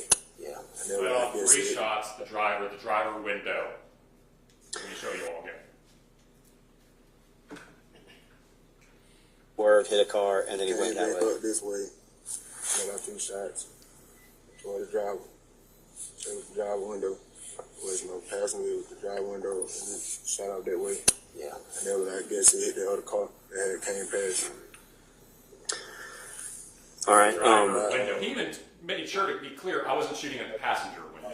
So when he got up there, he said that, he looked at y'all, and he was lying to you.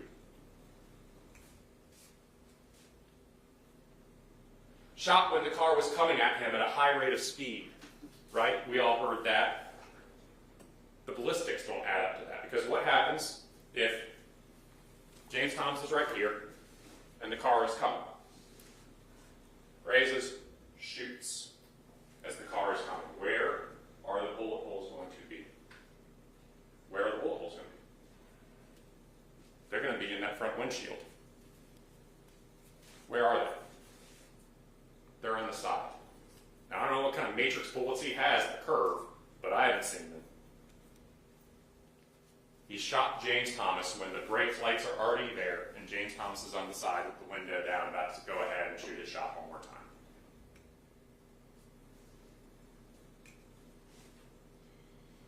All right, I want to talk about the presumption of innocence, because there is a verdict. The defendant is presumed innocent. Every defendant is presumed innocent, no matter how guilty they are. They begin with a presumption of innocence. That is a hallmark of our judicial system. It is the state's burden to disprove that. But it's just that, a presumption.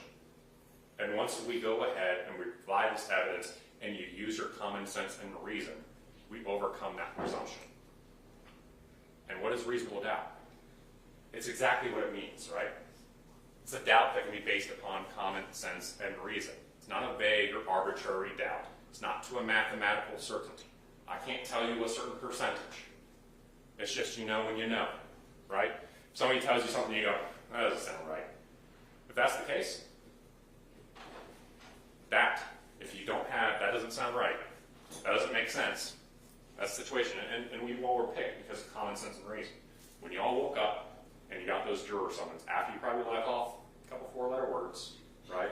Calmed down, got your common sense, came in, went through this flat iron, we asked you questions, you had your common sense, you've been sitting there all day, today, yesterday, Monday, had your common sense, and when you go back in there to deliberate, you will deliberate using your common sense and reason.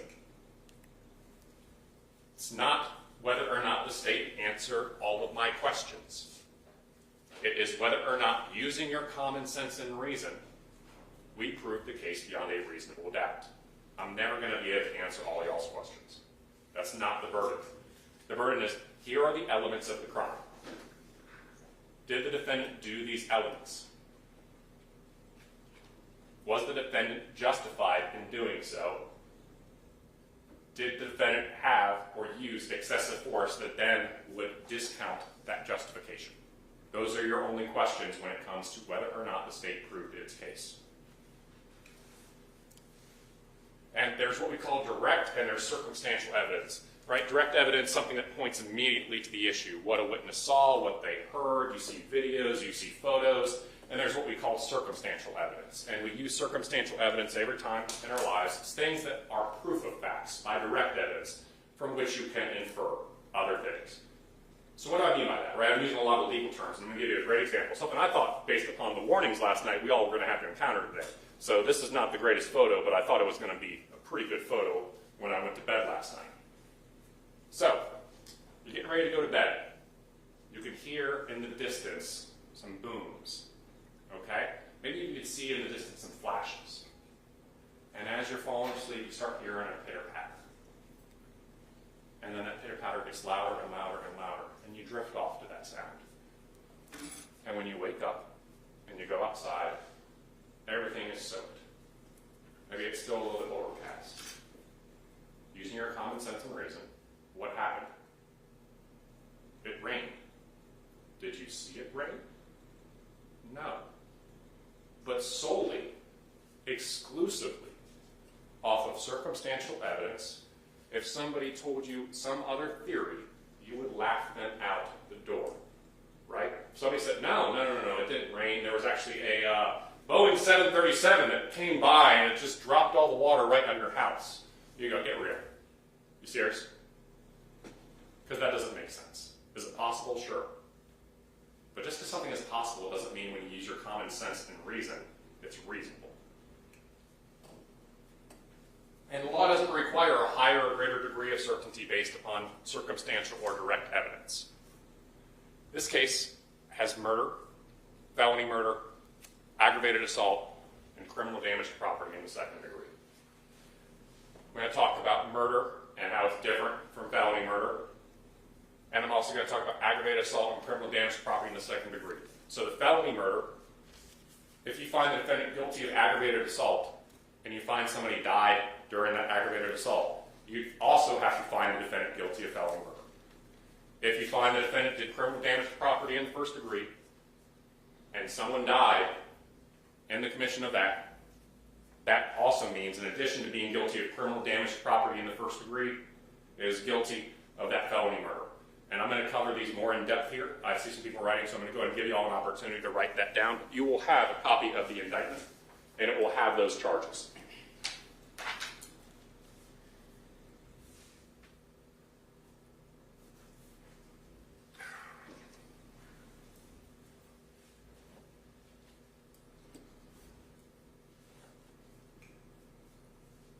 Let's talk about count one.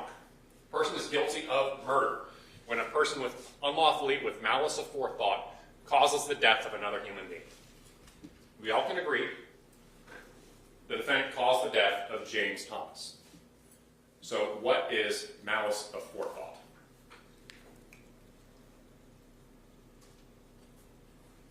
It's either deliberate, or it's either express, or it's implied. Understand that malice does not mean ill will or hatred. It is a legal term. Malice means an intent to kill. When you point a firearm and you shoot a driver's side window and try to shoot the driver's side window 3 times, that is a deliberate intent to kill. There also can be what we call implied. Understand, this has nothing to do with good character or bad character. Zero. Has nothing to do with hatred. It's simply, were the conditions in which the defendant caused the death the kind of conditions that show an abandoned or malignant heart, right? A do not care attitude about the kind of harm that can be caused to him or others. And we have both here. There is a deliberate attempt to kill. And then he went that way. Up this way. And I got 2 shots toward the driver. It was the driver window. There was no passenger. It was the driver window. And it shot out that way. Yeah. And then I guess it hit the other car that came past. People intend the logical conclusions from their actions. And the logical conclusion when you shoot at somebody through a window, attempting to do so 3 times, is you're going to kill them. That means that there is express. It doesn't mean he dislikes him. What it just simply means is he knew his actions were likely to take the life. And then the abandoned malignant heart. His actions in shooting in a road that, by the way, has this truck, James' vehicle, Fantasia's vehicle, a vehicle coming over a bridge, by the way. Oh, it happened right in front of me. Put every single one of those people's lives at risk. Oh, nigga, they ahead of me. And what does he do? Does he check on anybody that he might have hurt? No. He flees. It's an abandoned heart when you put every single one of those persons' lives at risk in this manner. You know that what you're doing can hurt people, but you still do it anyway. Understand also, you're not going to hear the word premeditation because that's on TV. That ain't in Georgia. Georgia requires no premeditation. All it requires is malice, which we just covered, right? The intent, the either express intent to deliberately take a life, or doing it and doing that action in a way that just puts everybody at risk, such that you show that abandoned malignant heart. And that can be formed in a second. And we know that's there, and we know that's present. Even with one shot, even in that very moment that first shot comes out, that very second it can be formed. But in this case, it goes even farther than that. It goes beyond 1. It goes to 2. It goes to 3.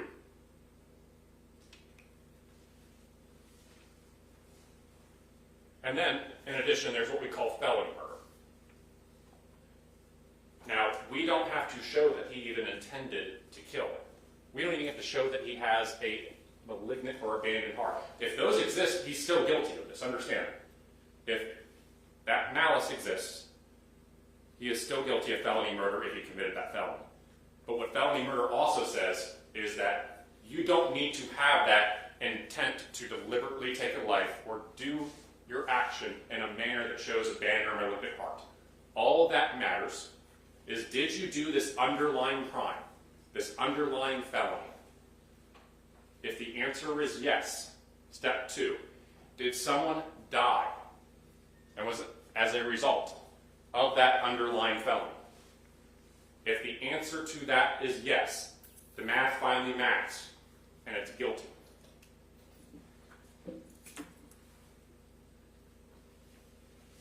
Is he involved in an aggravated assault? He told you.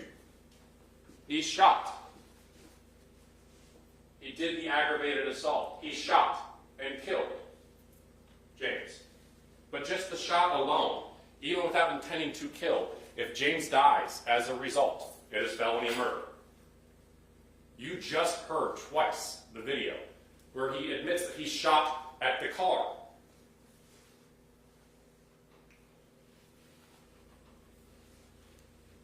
And that's going to be criminal damage to property. But we're going to get to that in a moment here. All right, we just covered the aggravated assault. Count 3 is felony murder for criminal damage to property in the first degree. And that's where you knowingly and willfully, which he said, he knowingly shot without authority. James Thomas sure as hell didn't consent to being shot at 3 times.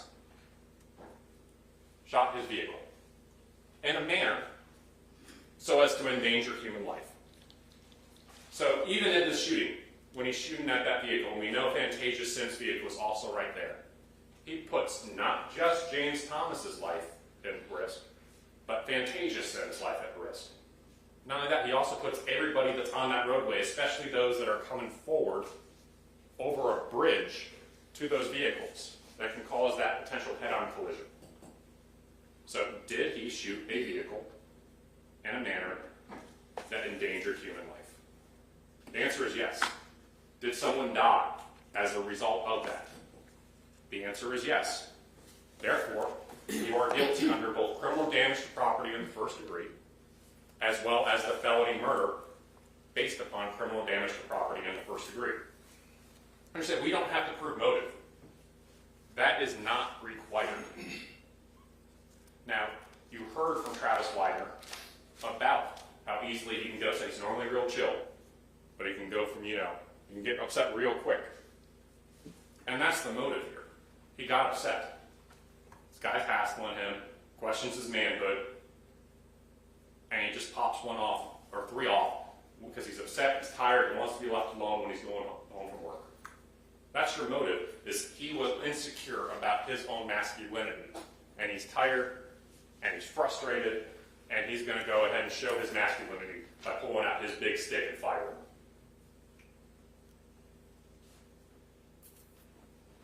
Justification.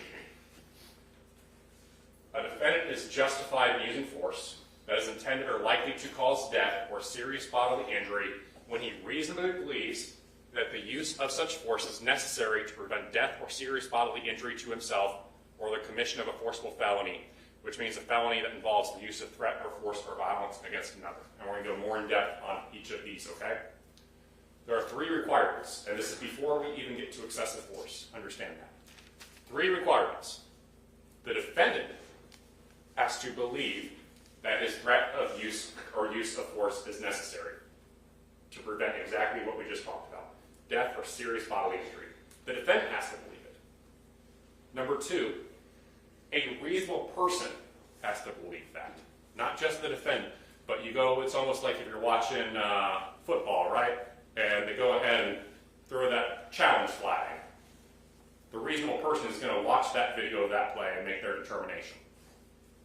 So, on that challenge flag, when that's thrown, and they start inspecting it, does it hold up? And then number 3, it has to be what prompts him to threaten or use the force. So let's talk about that first requirement. You know what's got to happen, right? What's gonna happen? You're going to be charged. And I know you said you want to clear your name. You're going to be given the opportunity. I'm gonna get charged when that's self-defense. So here's the problem. When the police shoot someone that doesn't have a gun and we say we're afraid for our lives, the police... I didn't say that. Didn't say what? That you're afraid for your life? I didn't say that part. Okay. You were just scared. It fluctuates back and forth, but where does he end up at the end? Say self-defense, right. His final thing where he finally lands after the end of his interview is, I didn't say that. I shot because of self-defense, but I didn't say that. I was afraid for my life. Now, did he say that earlier? Yeah. He said he saw a light flash.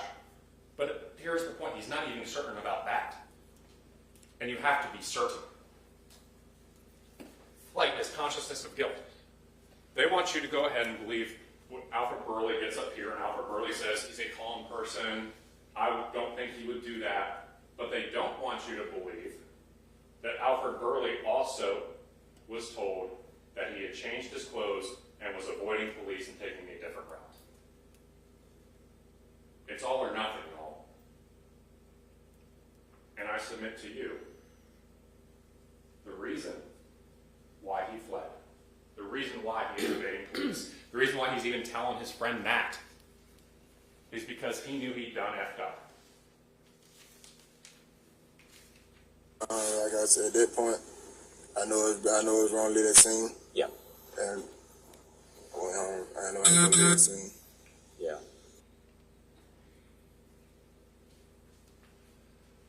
If your actions cause a crash and put others also at risk, a person that is a victim lets the authority know why this happened and to check on people. So the car, when it swerved over there, it must have almost hit you, huh? It wasn't that far from where you would have been I standing. was on the sidewalk. Yeah, so you were on the sidewalk and he was going this direction. We know that he swerved, hit a car, and then he went that Came back way. up this way. I got 2 shots toward the driver. It was the driver window. There was no passenger. It was the driver window. And he shot out that way. Yeah. And then I guess it hit the other car that came past. Hit the other car that came past. His actions put other people at risk, and he doesn't even call 911. Common sense and reason, y'all. He's on the sidewalk. When he's firing this gun, shell casings going. Law enforcement's out there, canines. Defense tries to say, oh, it's dark. No. You heard from the canine handler. They were running dogs up and down. both when they first got there during daylight and they even came back. Where are the shell casings? Now, if you use your common sense and reason, why is there not one? Why is there not two? Why is there not three? There should be at least one if he's not picking those up. You want to know why, when that truck drives past, that you don't see him on the sides? Because he ran into the woods after he shot him, which is exactly what Burley's talking about, taking a different route. Picks up the shell casings, runs into the woods. You don't tamper with evidence if you are a victim. Now let's talk about what a reasonable person would do, because this is also required.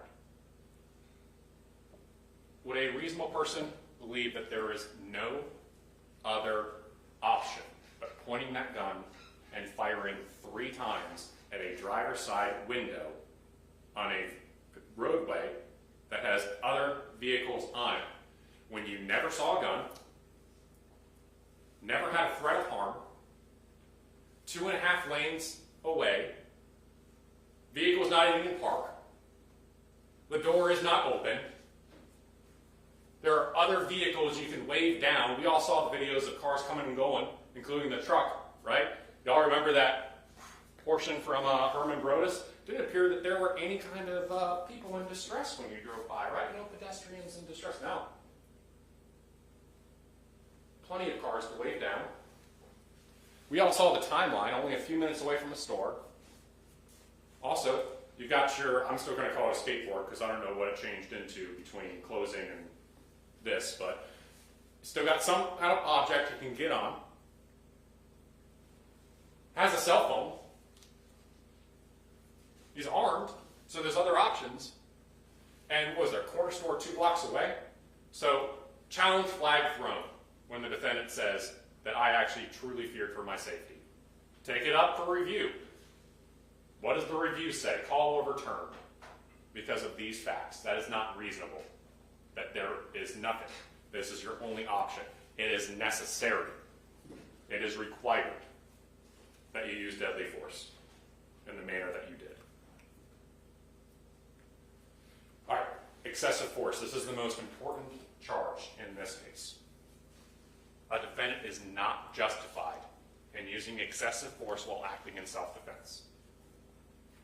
Even if the defendant hit those earlier criteria of being justified, you cannot take it from 0 to 100. Just like I said in opening, you've got to take any other step short of that before you use deadly force. If you decide the defendant used more force than was reasonably necessary to defend against the alleged victim's threats or use of force, then it is not justified.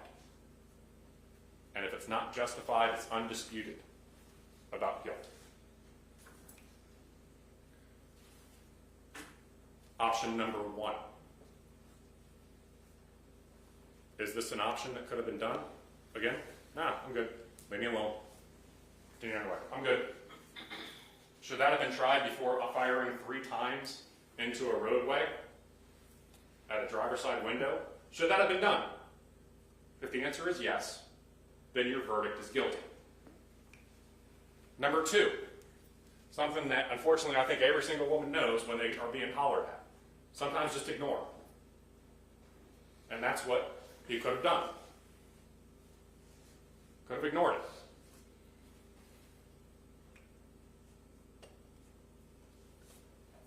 Could have also done what any woman in that position could have done. Call a friend or call 911.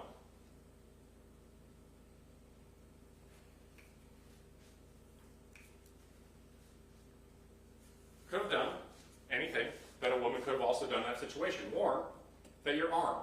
If you believe that this is a step that could have been taken before using deadly force, if you believe it could have been done, just say, I told you once, I'm good on the ride, I told you twice, I don't want to get in and do anything sexual, I got a gun, leave me alone. If that is an option before murdering James Thomas, your verdict has to be guilty. Option number 6. Could have shown it. Could have shown the gun. If that is an option, short of using the gun. Because, let's be honest, the phrase is not, if you got a gun, you got to use it. It's, if you got a gun, you got to be prepared to use it. If that is an option, a step that should have been taken before using deadly force, your verdict has to be guilty. If you're, go ahead, not just show it, but actually pull it out and show you mean business. If that is an option, short of pointing that gun and shooting 3 times, if that is just anything that could have been done, short of doing that, your sworn duty to uphold the law is that that is excessive force and the defendant is guilty. Point the gun.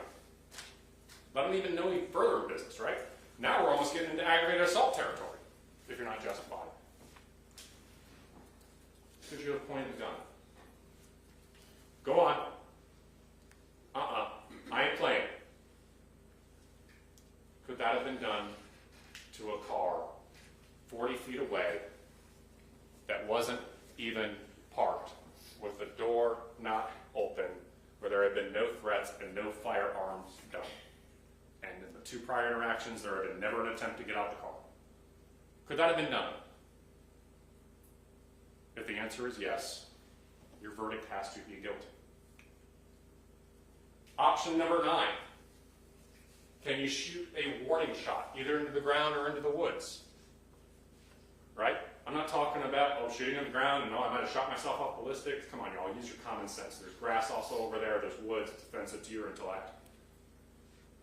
Could this have been done? The most extreme situation, short of actually pointing and pulling the trigger. Could it have been a warning shot?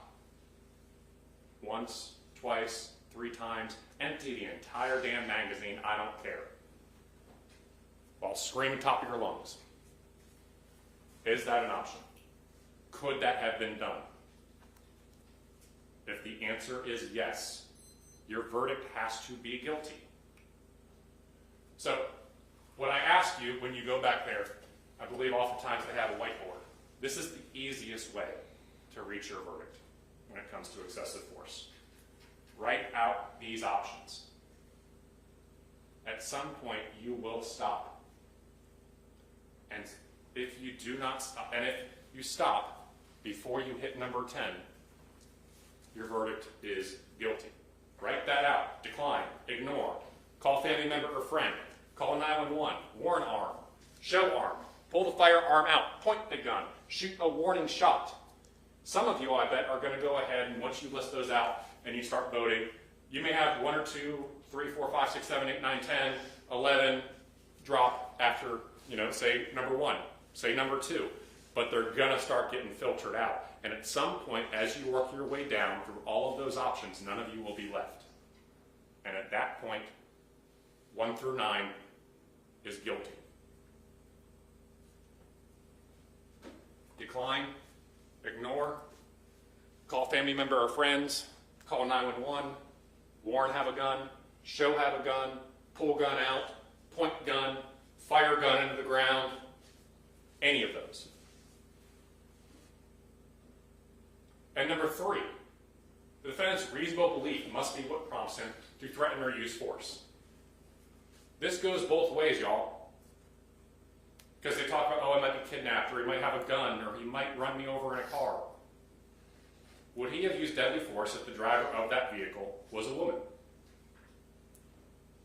Would he? If he wouldn't, what prompts him to threaten or use force is the fact that a gay man hit on him, which means that he's not entitled.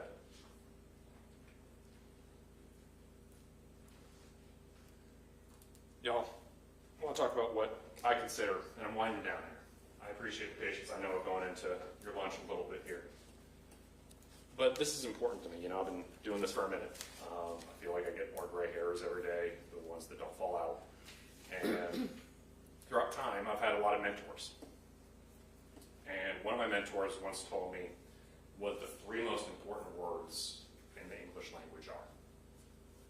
And the first is truth. It's actually where we get our word verdict from. Verdict means veritas and dictum. It's Latin. Veritas, truth. Dictum, words, written, right? So when you write down your verdict, that verdict is the truth. And the truth is not always great. It's ugly. We don't have to condone James Thomas not leaving him alone. Nobody's saying that he shouldn't have left him alone. What we're saying is that him not leaving him alone and going back a third time, which, by the way, please remember that when he came back that third time, he's just simply going back in the same direction of travel as he was originally going. And when he comes back on that time, that doesn't mean that he should die. The truth is ugly. But you heard it throughout this trial, and we didn't shy away from the truth. And when you hear that truth, you are able to do something. Because you're able to do that second word. With that verdict, that truth, you write your verdict. You're able to do another thing. You're able to give justice. Look at it. I know you all don't want to, but look at it. He deserves that. He deserves justice. And that is the role of the jurors. Through the truth of your written words of guilt, you give, finally, justice to James Thomas. But most importantly, you give something else. You give peace. You give peace not just to James, but you give peace to the family that's had to sit throughout this trial and listen to the slander and the insinuations with zero evidence about the character of their loved one. You get to give peace to the family that has been traumatized again and again and again when their son is referred to as an animal. He is not an animal. He was a human being. He was a son. He was a brother. And he deserved respect, and he deserved the right not to have to be 6 feet under the ground. And that's what he took from them when he used excessive force. And your verdict, that truth of guilty, gives not just justice to James. It gives peace, finally, after all of these years, to that family. And it gives peace to the community that you live in, to know that we are not the wild, wild west. You don't get to go ahead and just start popping off rounds at people just because they go ahead and solicit you. That is not right. That is not the law. And you give peace of mind to that family. You give peace of mind to the community. And you give peace of mind to James when you render the only verdict that speaks the truth, that he used excessive force and is guilty. Thank you. All right, thank you, Mr. Sperry. Ladies and gentlemen, thank you for the attention you paid during those closing arguments. We're going to go ahead and take a lunch break now. You'll be on your own for lunch today, and we'll shoot to be back at 10 minutes past 1 o'clock. If you have a nice lunch, please continue to follow all the court's previous instructions. Don't discuss the case with anyone. Don't allow anyone to discuss it with you. As soon as I give you the charge, you'll have plenty of time to talk about it. All right.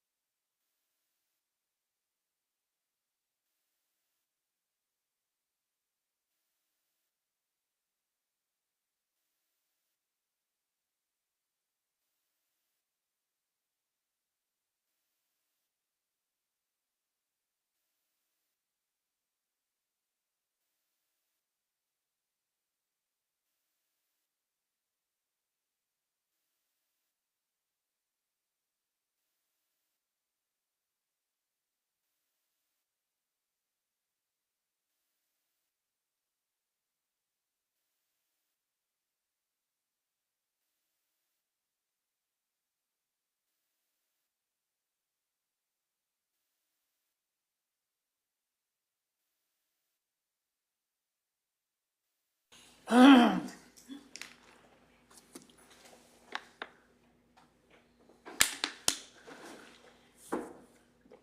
the court have a copy of the instructions we can follow along?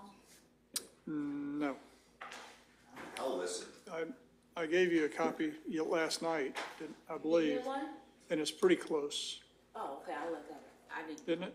I didn't get a copy, Judge. I thought I gave you all a copy when we reviewed it.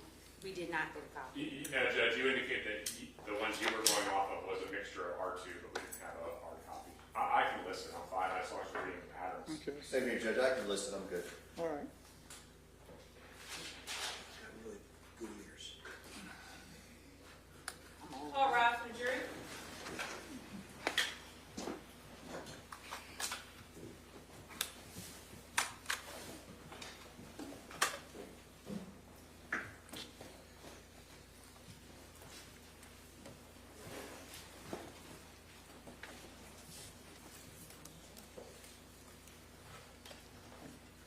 All present, Judge. Have a seat, ladies and gentlemen.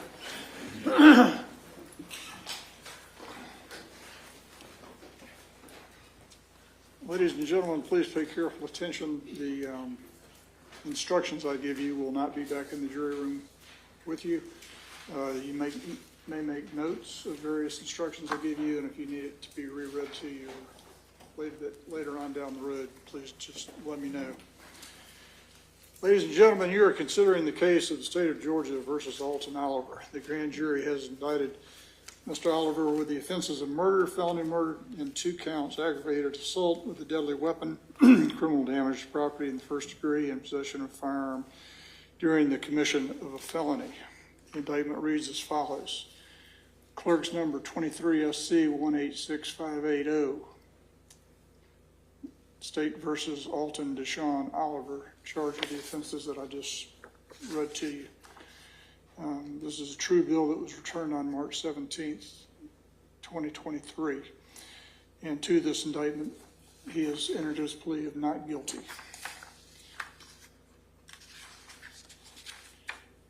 The state of Georgia, County of Fulton, and the Superior Court of said county, the grand jurors selected, chosen, and sworn for Fulton to wit. The names of all the grand jurors are on here. This indictment will be out with you in the jury room. In the name and behalf of the citizens of Georgia, do charge and accuse Alton Deshaun Oliver with the offense of murder for the said accused in the county of Fulton, state of Georgia, on the 29th day of December 2022, did unlawfully and with malice forethought cause the death of James Marquis Thomas, a human being, by shooting him with a firearm, contrary to the laws of the state, good order, peace, and dignity thereof. Count 2. The grand jurors aforesaid, in the name and behalf of the citizens of Georgia, do charge and accuse Alton Deshaun Oliver with the offense of felony murder for the said accused in the county of Fulton, state of Georgia, on the 29th day of December 2022, did unlawfully during the commission of a felony, to wit, aggravated assault with a deadly weapon, cause the death of James Marquis Thomas, a human being, by shooting him with a firearm, contrary to the laws of the state, good order, peace, and dignity thereof. Count 3. The grand jurors aforesaid, in the name and behalf of the citizens of Georgia, do charge and accuse Alton Deshaun Oliver with the offense of felony murder for the said accused in the county of Fulton, state of Georgia, on the 29th day of December 2022, did unlawfully during the commission of a felony, to wit, criminal damage to property in the first degree, cause the death of James Marquis Thomas, a human being, by shooting him with a firearm, contrary to the laws of the state, good order, peace, and dignity thereof.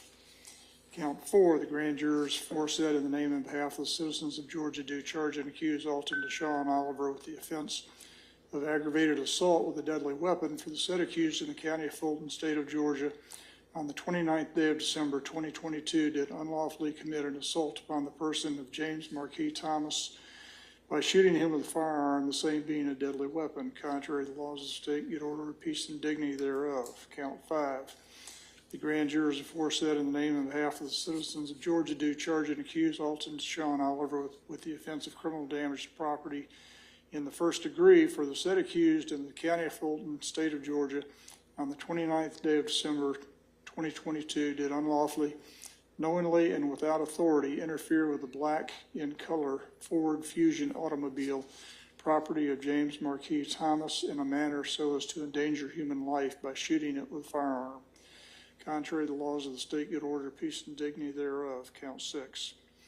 The grand jurors aforesaid, in the name and behalf of the citizens of Georgia, do charge and accuse Alton Deshaun Oliver with the offense of possession of a firearm during the commission of a felony for the said accused in the county of Fulton, state of Georgia, on the 29th day of December 2022, did unlawfully have on or within arm's reach of accused person a firearm during the commission of at least one of the following felonies, to wit, murder, felony murder, aggravated assault with a deadly weapon, and criminal damage to property in the first degree, contrary to the laws of the state, good order, peace, and dignity thereof, Fonnie T. Willis as District Attorney for Fulton County. Ladies and gentlemen, the defendant has entered his plea of not guilty to this indictment. The indictment and the plea form the issue that you have been chosen to decide. Neither the indictment nor the plea of not guilty should be considered as evidence. The defendant is presumed to be innocent until proven guilty. The defendant enters upon the trial of the case with a presumption of innocence in his favor. This presumption remains with the defendant until it is overcome by the state with evidence that is sufficient to convince you beyond a reasonable doubt that the defendant is guilty of the offense or offenses charged. No person shall be convicted of any crime unless and until each element of the crime is proven beyond a reasonable doubt. The burden of proof rests upon the state to prove every material allegation of the indictment and every essential element of the crime charged beyond a reasonable doubt. There is no burden of proof upon the defendant whatsoever, and the burden never shifts to the defendant to introduce evidence or to prove innocence. When a defense is raised by the evidence, the burden is on the state to negate or disprove it beyond a reasonable doubt. However, the state is not required to prove the guilt of the accused beyond all doubt or to a mathematical certainty. A reasonable doubt means just what it says. A reasonable doubt is the doubt of a fair-minded, impartial juror honestly seeking the truth. A reasonable doubt is a doubt based upon common sense and reason. It does not mean a vague or arbitrary doubt, but it is a doubt for which a reason can be given, arising from a consideration of the evidence, a lack of evidence, or a conflict in the evidence. After giving consideration to all of the facts and circumstances of this case, if your minds are wavering, unsettled, or unsatisfied, then that is the doubt of the law, and you must acquit the defendant. But if that doubt does not exist in your minds as to the guilt of the accused, then you would be authorized to convict the defendant. If the state fails to prove the defendant's guilt beyond a reasonable doubt, it would be your duty to acquit the defendant. Members of the jury, it is my duty and responsibility to determine the law that applies to this case and to instruct you on that law. You are bound by these instructions. It is your responsibility to determine the facts of the case from all of the evidence presented. Then you must apply the law that I give you in this charge to the facts as you find them to be. Your oath requires that you decide this case based on evidence. Evidence is the means by which any fact which is put in issue is established or disproved. Evidence includes all of the testimony of the witnesses and any exhibits that have been admitted during the course of the trial. Evidence does not include the indictment, the plea of not guilty, opening or closing arguments, remarks of the attorneys, or questions asked by the attorneys, or anything that I have said. And all of the evidence, physical evidence, will be back in the jury room with you during your deliberations. The parties have entered into a stipulation that has been approved by the court. The defendant's statement to Detective, it says Packers, Leon Packer and Scott, was voluntarily given. Where the parties stipulate facts, this is in the nature of evidence. You must take that fact or those facts as given without the necessity of further proof. You make all decisions based upon the evidence in this case. Direct evidence is that which may be seen or heard or otherwise directly sensed, such as by smell or taste or touch. It may be brought into the court in the form of exhibits or testimony of direct witnesses to such matters. It is evidence that points immediately to the issue in question. when direct evidence by inference points to an obvious, likely, or reasonable conclusion, even though that conclusion was not directly seen, heard, smelled, tasted, or touched, that is said to be circumstantial evidence.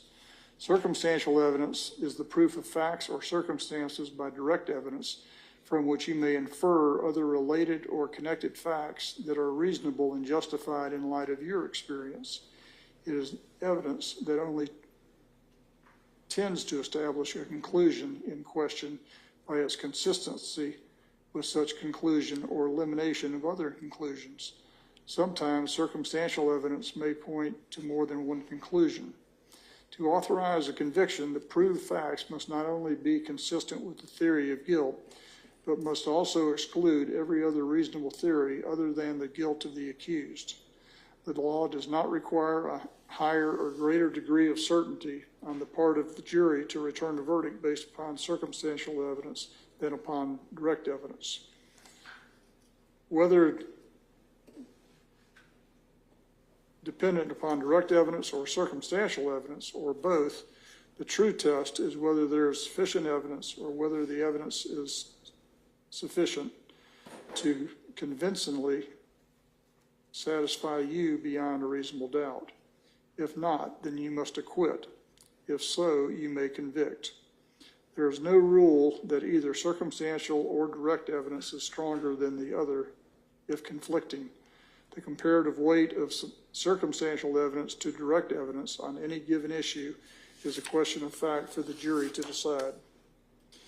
The jury must determine the credibility of the witnesses. In deciding this, you may consider all of the facts and circumstances of the case, including the witness's manner of testifying, their means and opportunity of knowing the facts about which they testify, the nature of the facts about which they testify, the probability or improbability of their testimony, their interest or lack of interest in the outcome of the case, and their personal credibility as you observe it to be.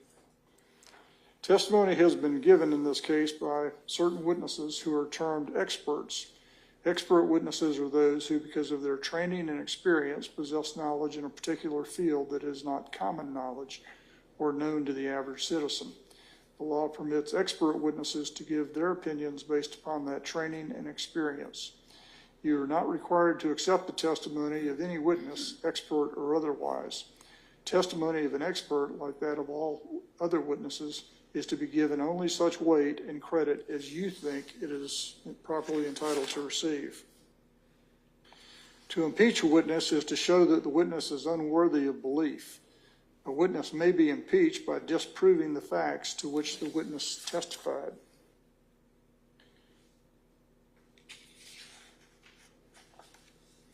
In determining the credibility of any witness whose credibility has been attacked or cast doubt upon or challenged, as I have described above, in any testimony by him or her in court, you may consider whether, where applicable, evidence offered to support the credibility or believability of such witnesses. This would include character for truthfulness, truthful conduct, specific instances of conduct of the witness in question brought out on cross-examination of that witness that may relate to that witness's question of character for truthfulness. Lack of bias towards a party, truthful conduct, extrinsic evidence or cross-examination, specific instances of conduct of the witness only after the witness has been attacked that may relate to the witnesses in question, lack of bias towards a party under Code Section 24-6-608B. Your assessment of a trial witness's credibility may be affected by comparing or contrasting that testimony to statements or testimony of that same witness before the trial started.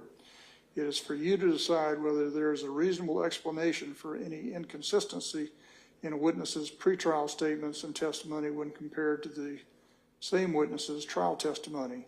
As with all issues of witnesses' credibility, you, the jury, must apply your common sense and reason to decide what testimony you will believe or do not believe.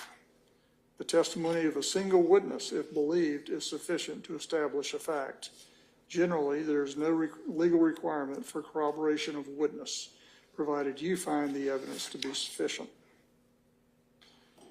Evidence of the defendant's character traits for being calm, being angry, and being truthful, if any, has been presented to show that he acted consistently with that character trait in this case. This evidence can come in the form of opinion evidence from another witness, testimony about the defendant's reputation, or examples of defendant's conduct which show his or her character or character trait.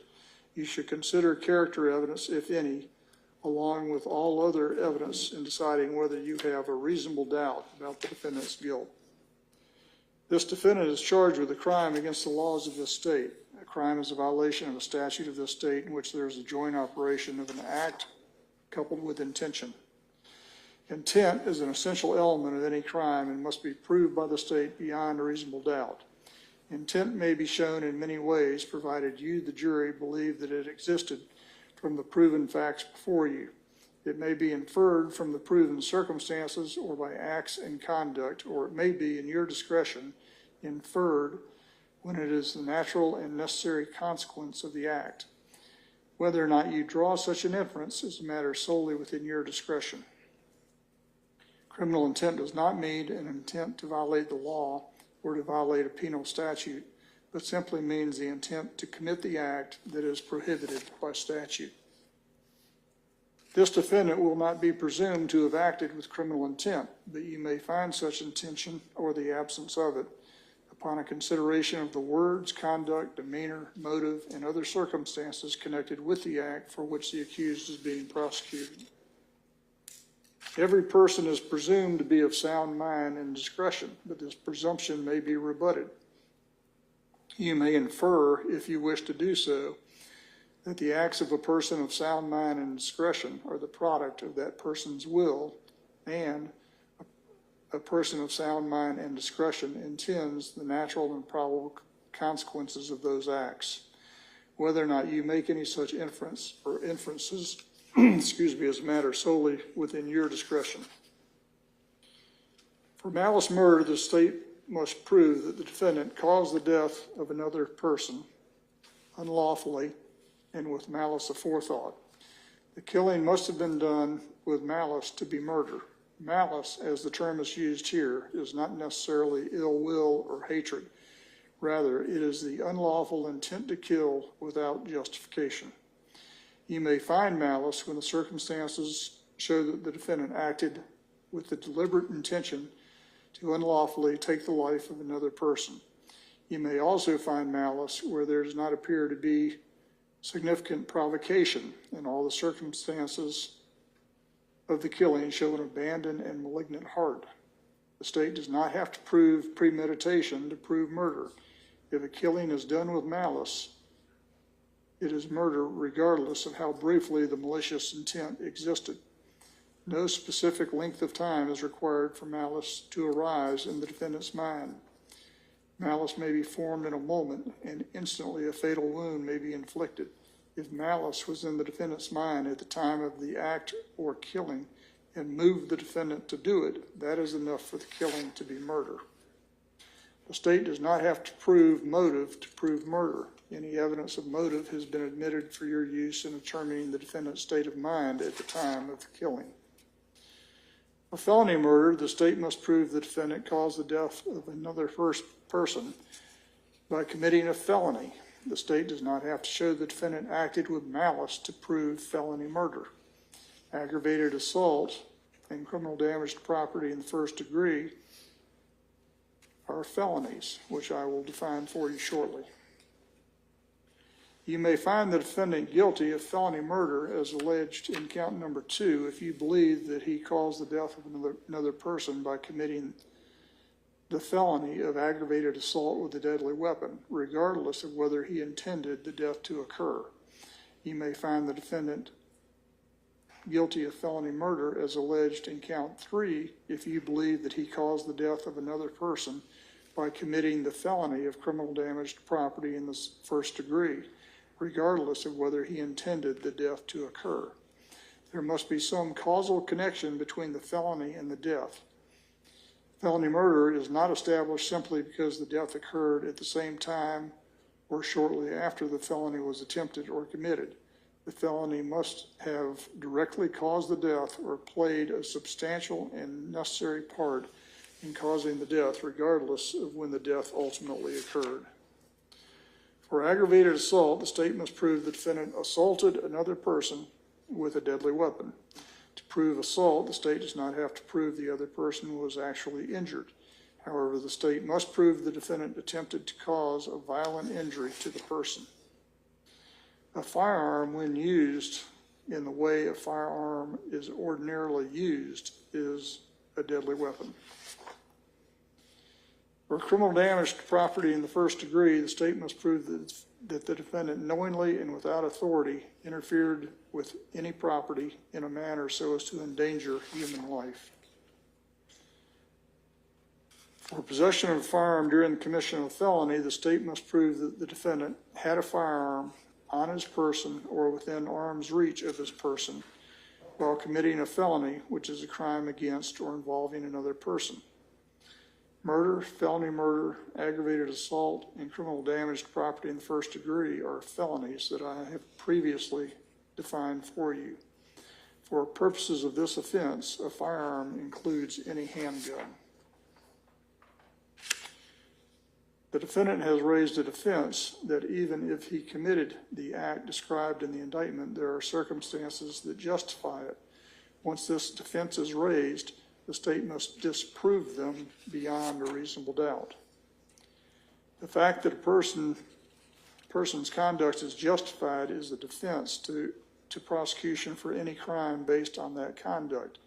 The defense of justification can be claimed when the person's conduct is justified. Under Code Section 16.321, 16.323, 16.324, 16.325, and 16.326, which I will read to you next.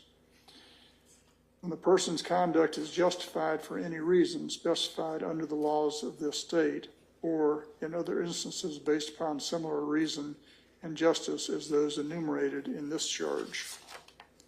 Sometimes the defendant's threat or use of force is legally justified, and so it is not a crime. A defendant is justified in using force that is intended or likely to cause death or serious bodily injury when he reasonably believes that the use of such force is necessary to prevent death or serious bodily injury to himself or the commission of a forcible felony, which means a felony that involves the use or threat of force or violence against another. Aggravated assault, kidnapping, and aggravated sodomy are felonies, which I will define for you. The state has the burden of proving beyond a reasonable doubt that the defendant's actions were not justified. If you decide the defendant's actions were justified, then it would be your duty to find the defendant not guilty. The defendant is not justified in threatening or using force if he is the initial aggressor, unless he withdraws from the encounter and clearly communicates to the other person his intent to withdraw, and the other person continues or threatens to continue to use the use of unlawful force, or is engaged in combat by agreement unless he withdraws from the fight and clearly communicates to the other person his intent to withdraw from the fight, and the other person continues or threatens to continue the fight.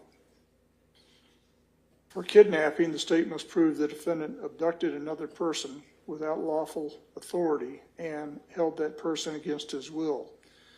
To constitute kidnapping, the abduction must involve moving the alleged victim. That movement can be slight, so long as it is not merely incidental to another crime.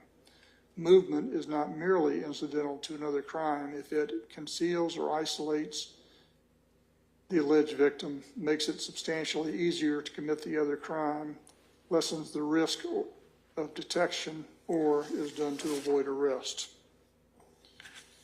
For aggravated sodomy, the state must prove the defendant forcibly and against the will of a person engaged in a sexual act involving the sex organs of one of them and the mouth of the other. Force means act of physical force, threats of harm, or intimidation. Against the will means without the alleged victim's consent. For the defendant's threat or use of force to be justified, the defendant must believe that his threat or use of force is necessary. That belief must be reasonable.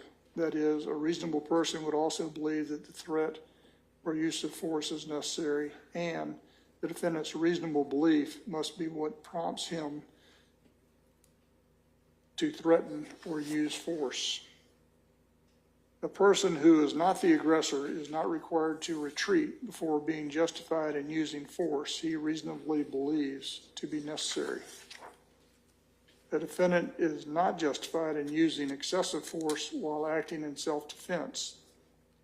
If you decide that the defendant used more force than was reasonably necessary to defend against the alleged victim's threats or use of force, then the defendant's actions would not be justified.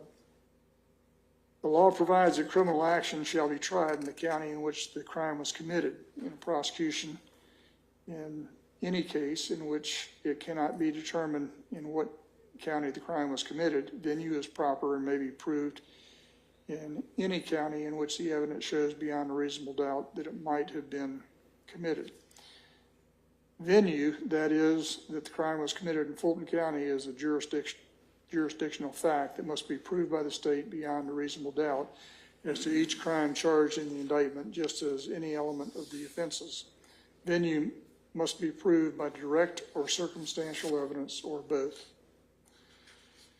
Ladies and gentlemen, if after considering the testimony and evidence presented to you together with the charge of the court, you should find and believe beyond a reasonable doubt that the defendant in Fulton County, Georgia did on or about December 29th, 2022, commit the offenses as alleged in the indictment, you would be authorized to find the defendant guilty.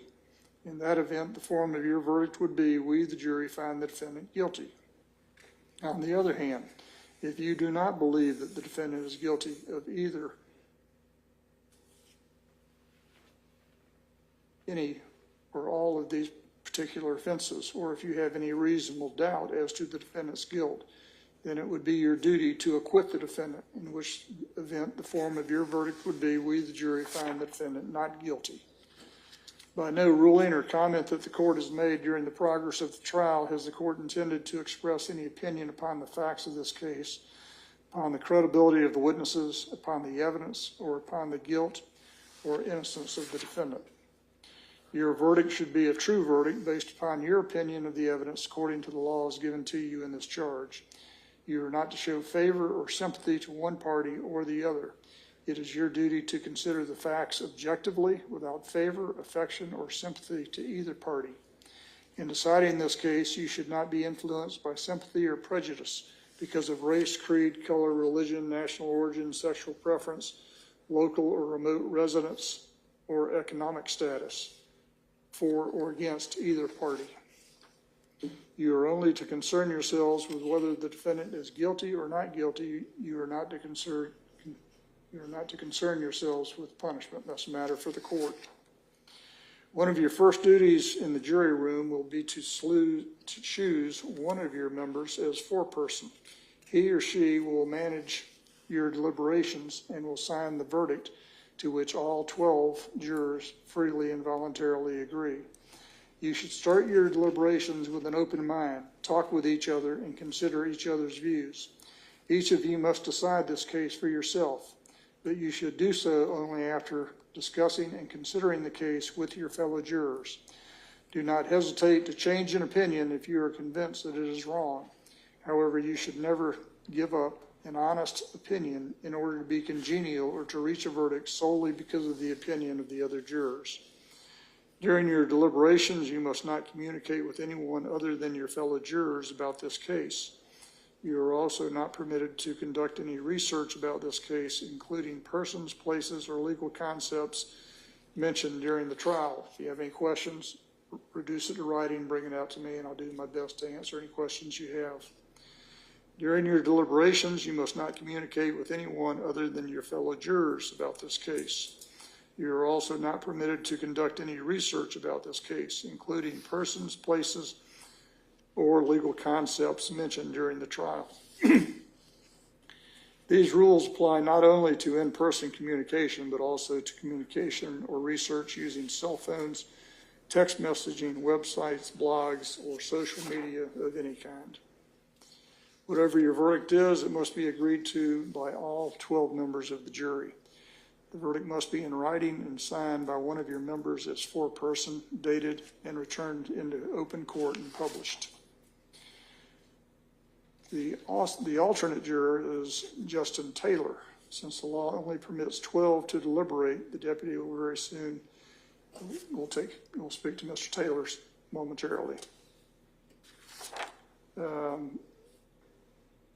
You may now retire to the jury room, but do not begin your deliberations until you receive the indictment and the evidence which has been presented during the trial. Bailiff, you may escort the jury out. All rise for the jury. Mr. Taylor, if you'll just stand by for a minute.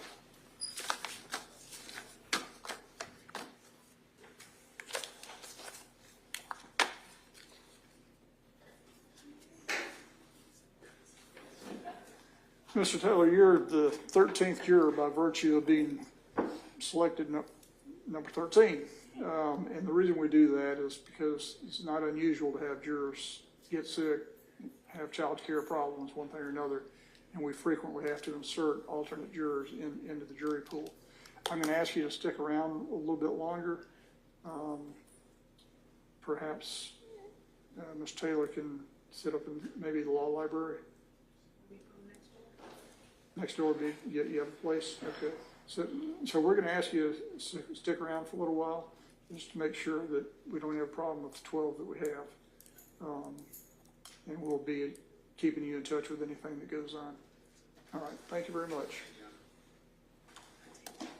Any exceptions by the state? No. Any exceptions by defense? Yes, Judge, unless the law has changed, I think I need to renew my objections to the trial court's denial of the defense's request to charge the jury as to certain principles of law, to wit, involuntary manslaughter and lesser included offenses.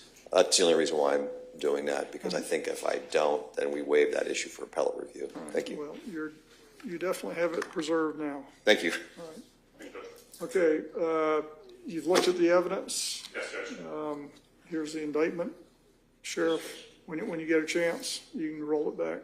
Yes, sir. The state and the state and the defense concur as to what goes back. Okay. May I approach? Yep. Good luck to you both. And I'd also like to thank the families for both parties for being down here. I know it's very difficult for each of you. May I approach? Yep. Thank you.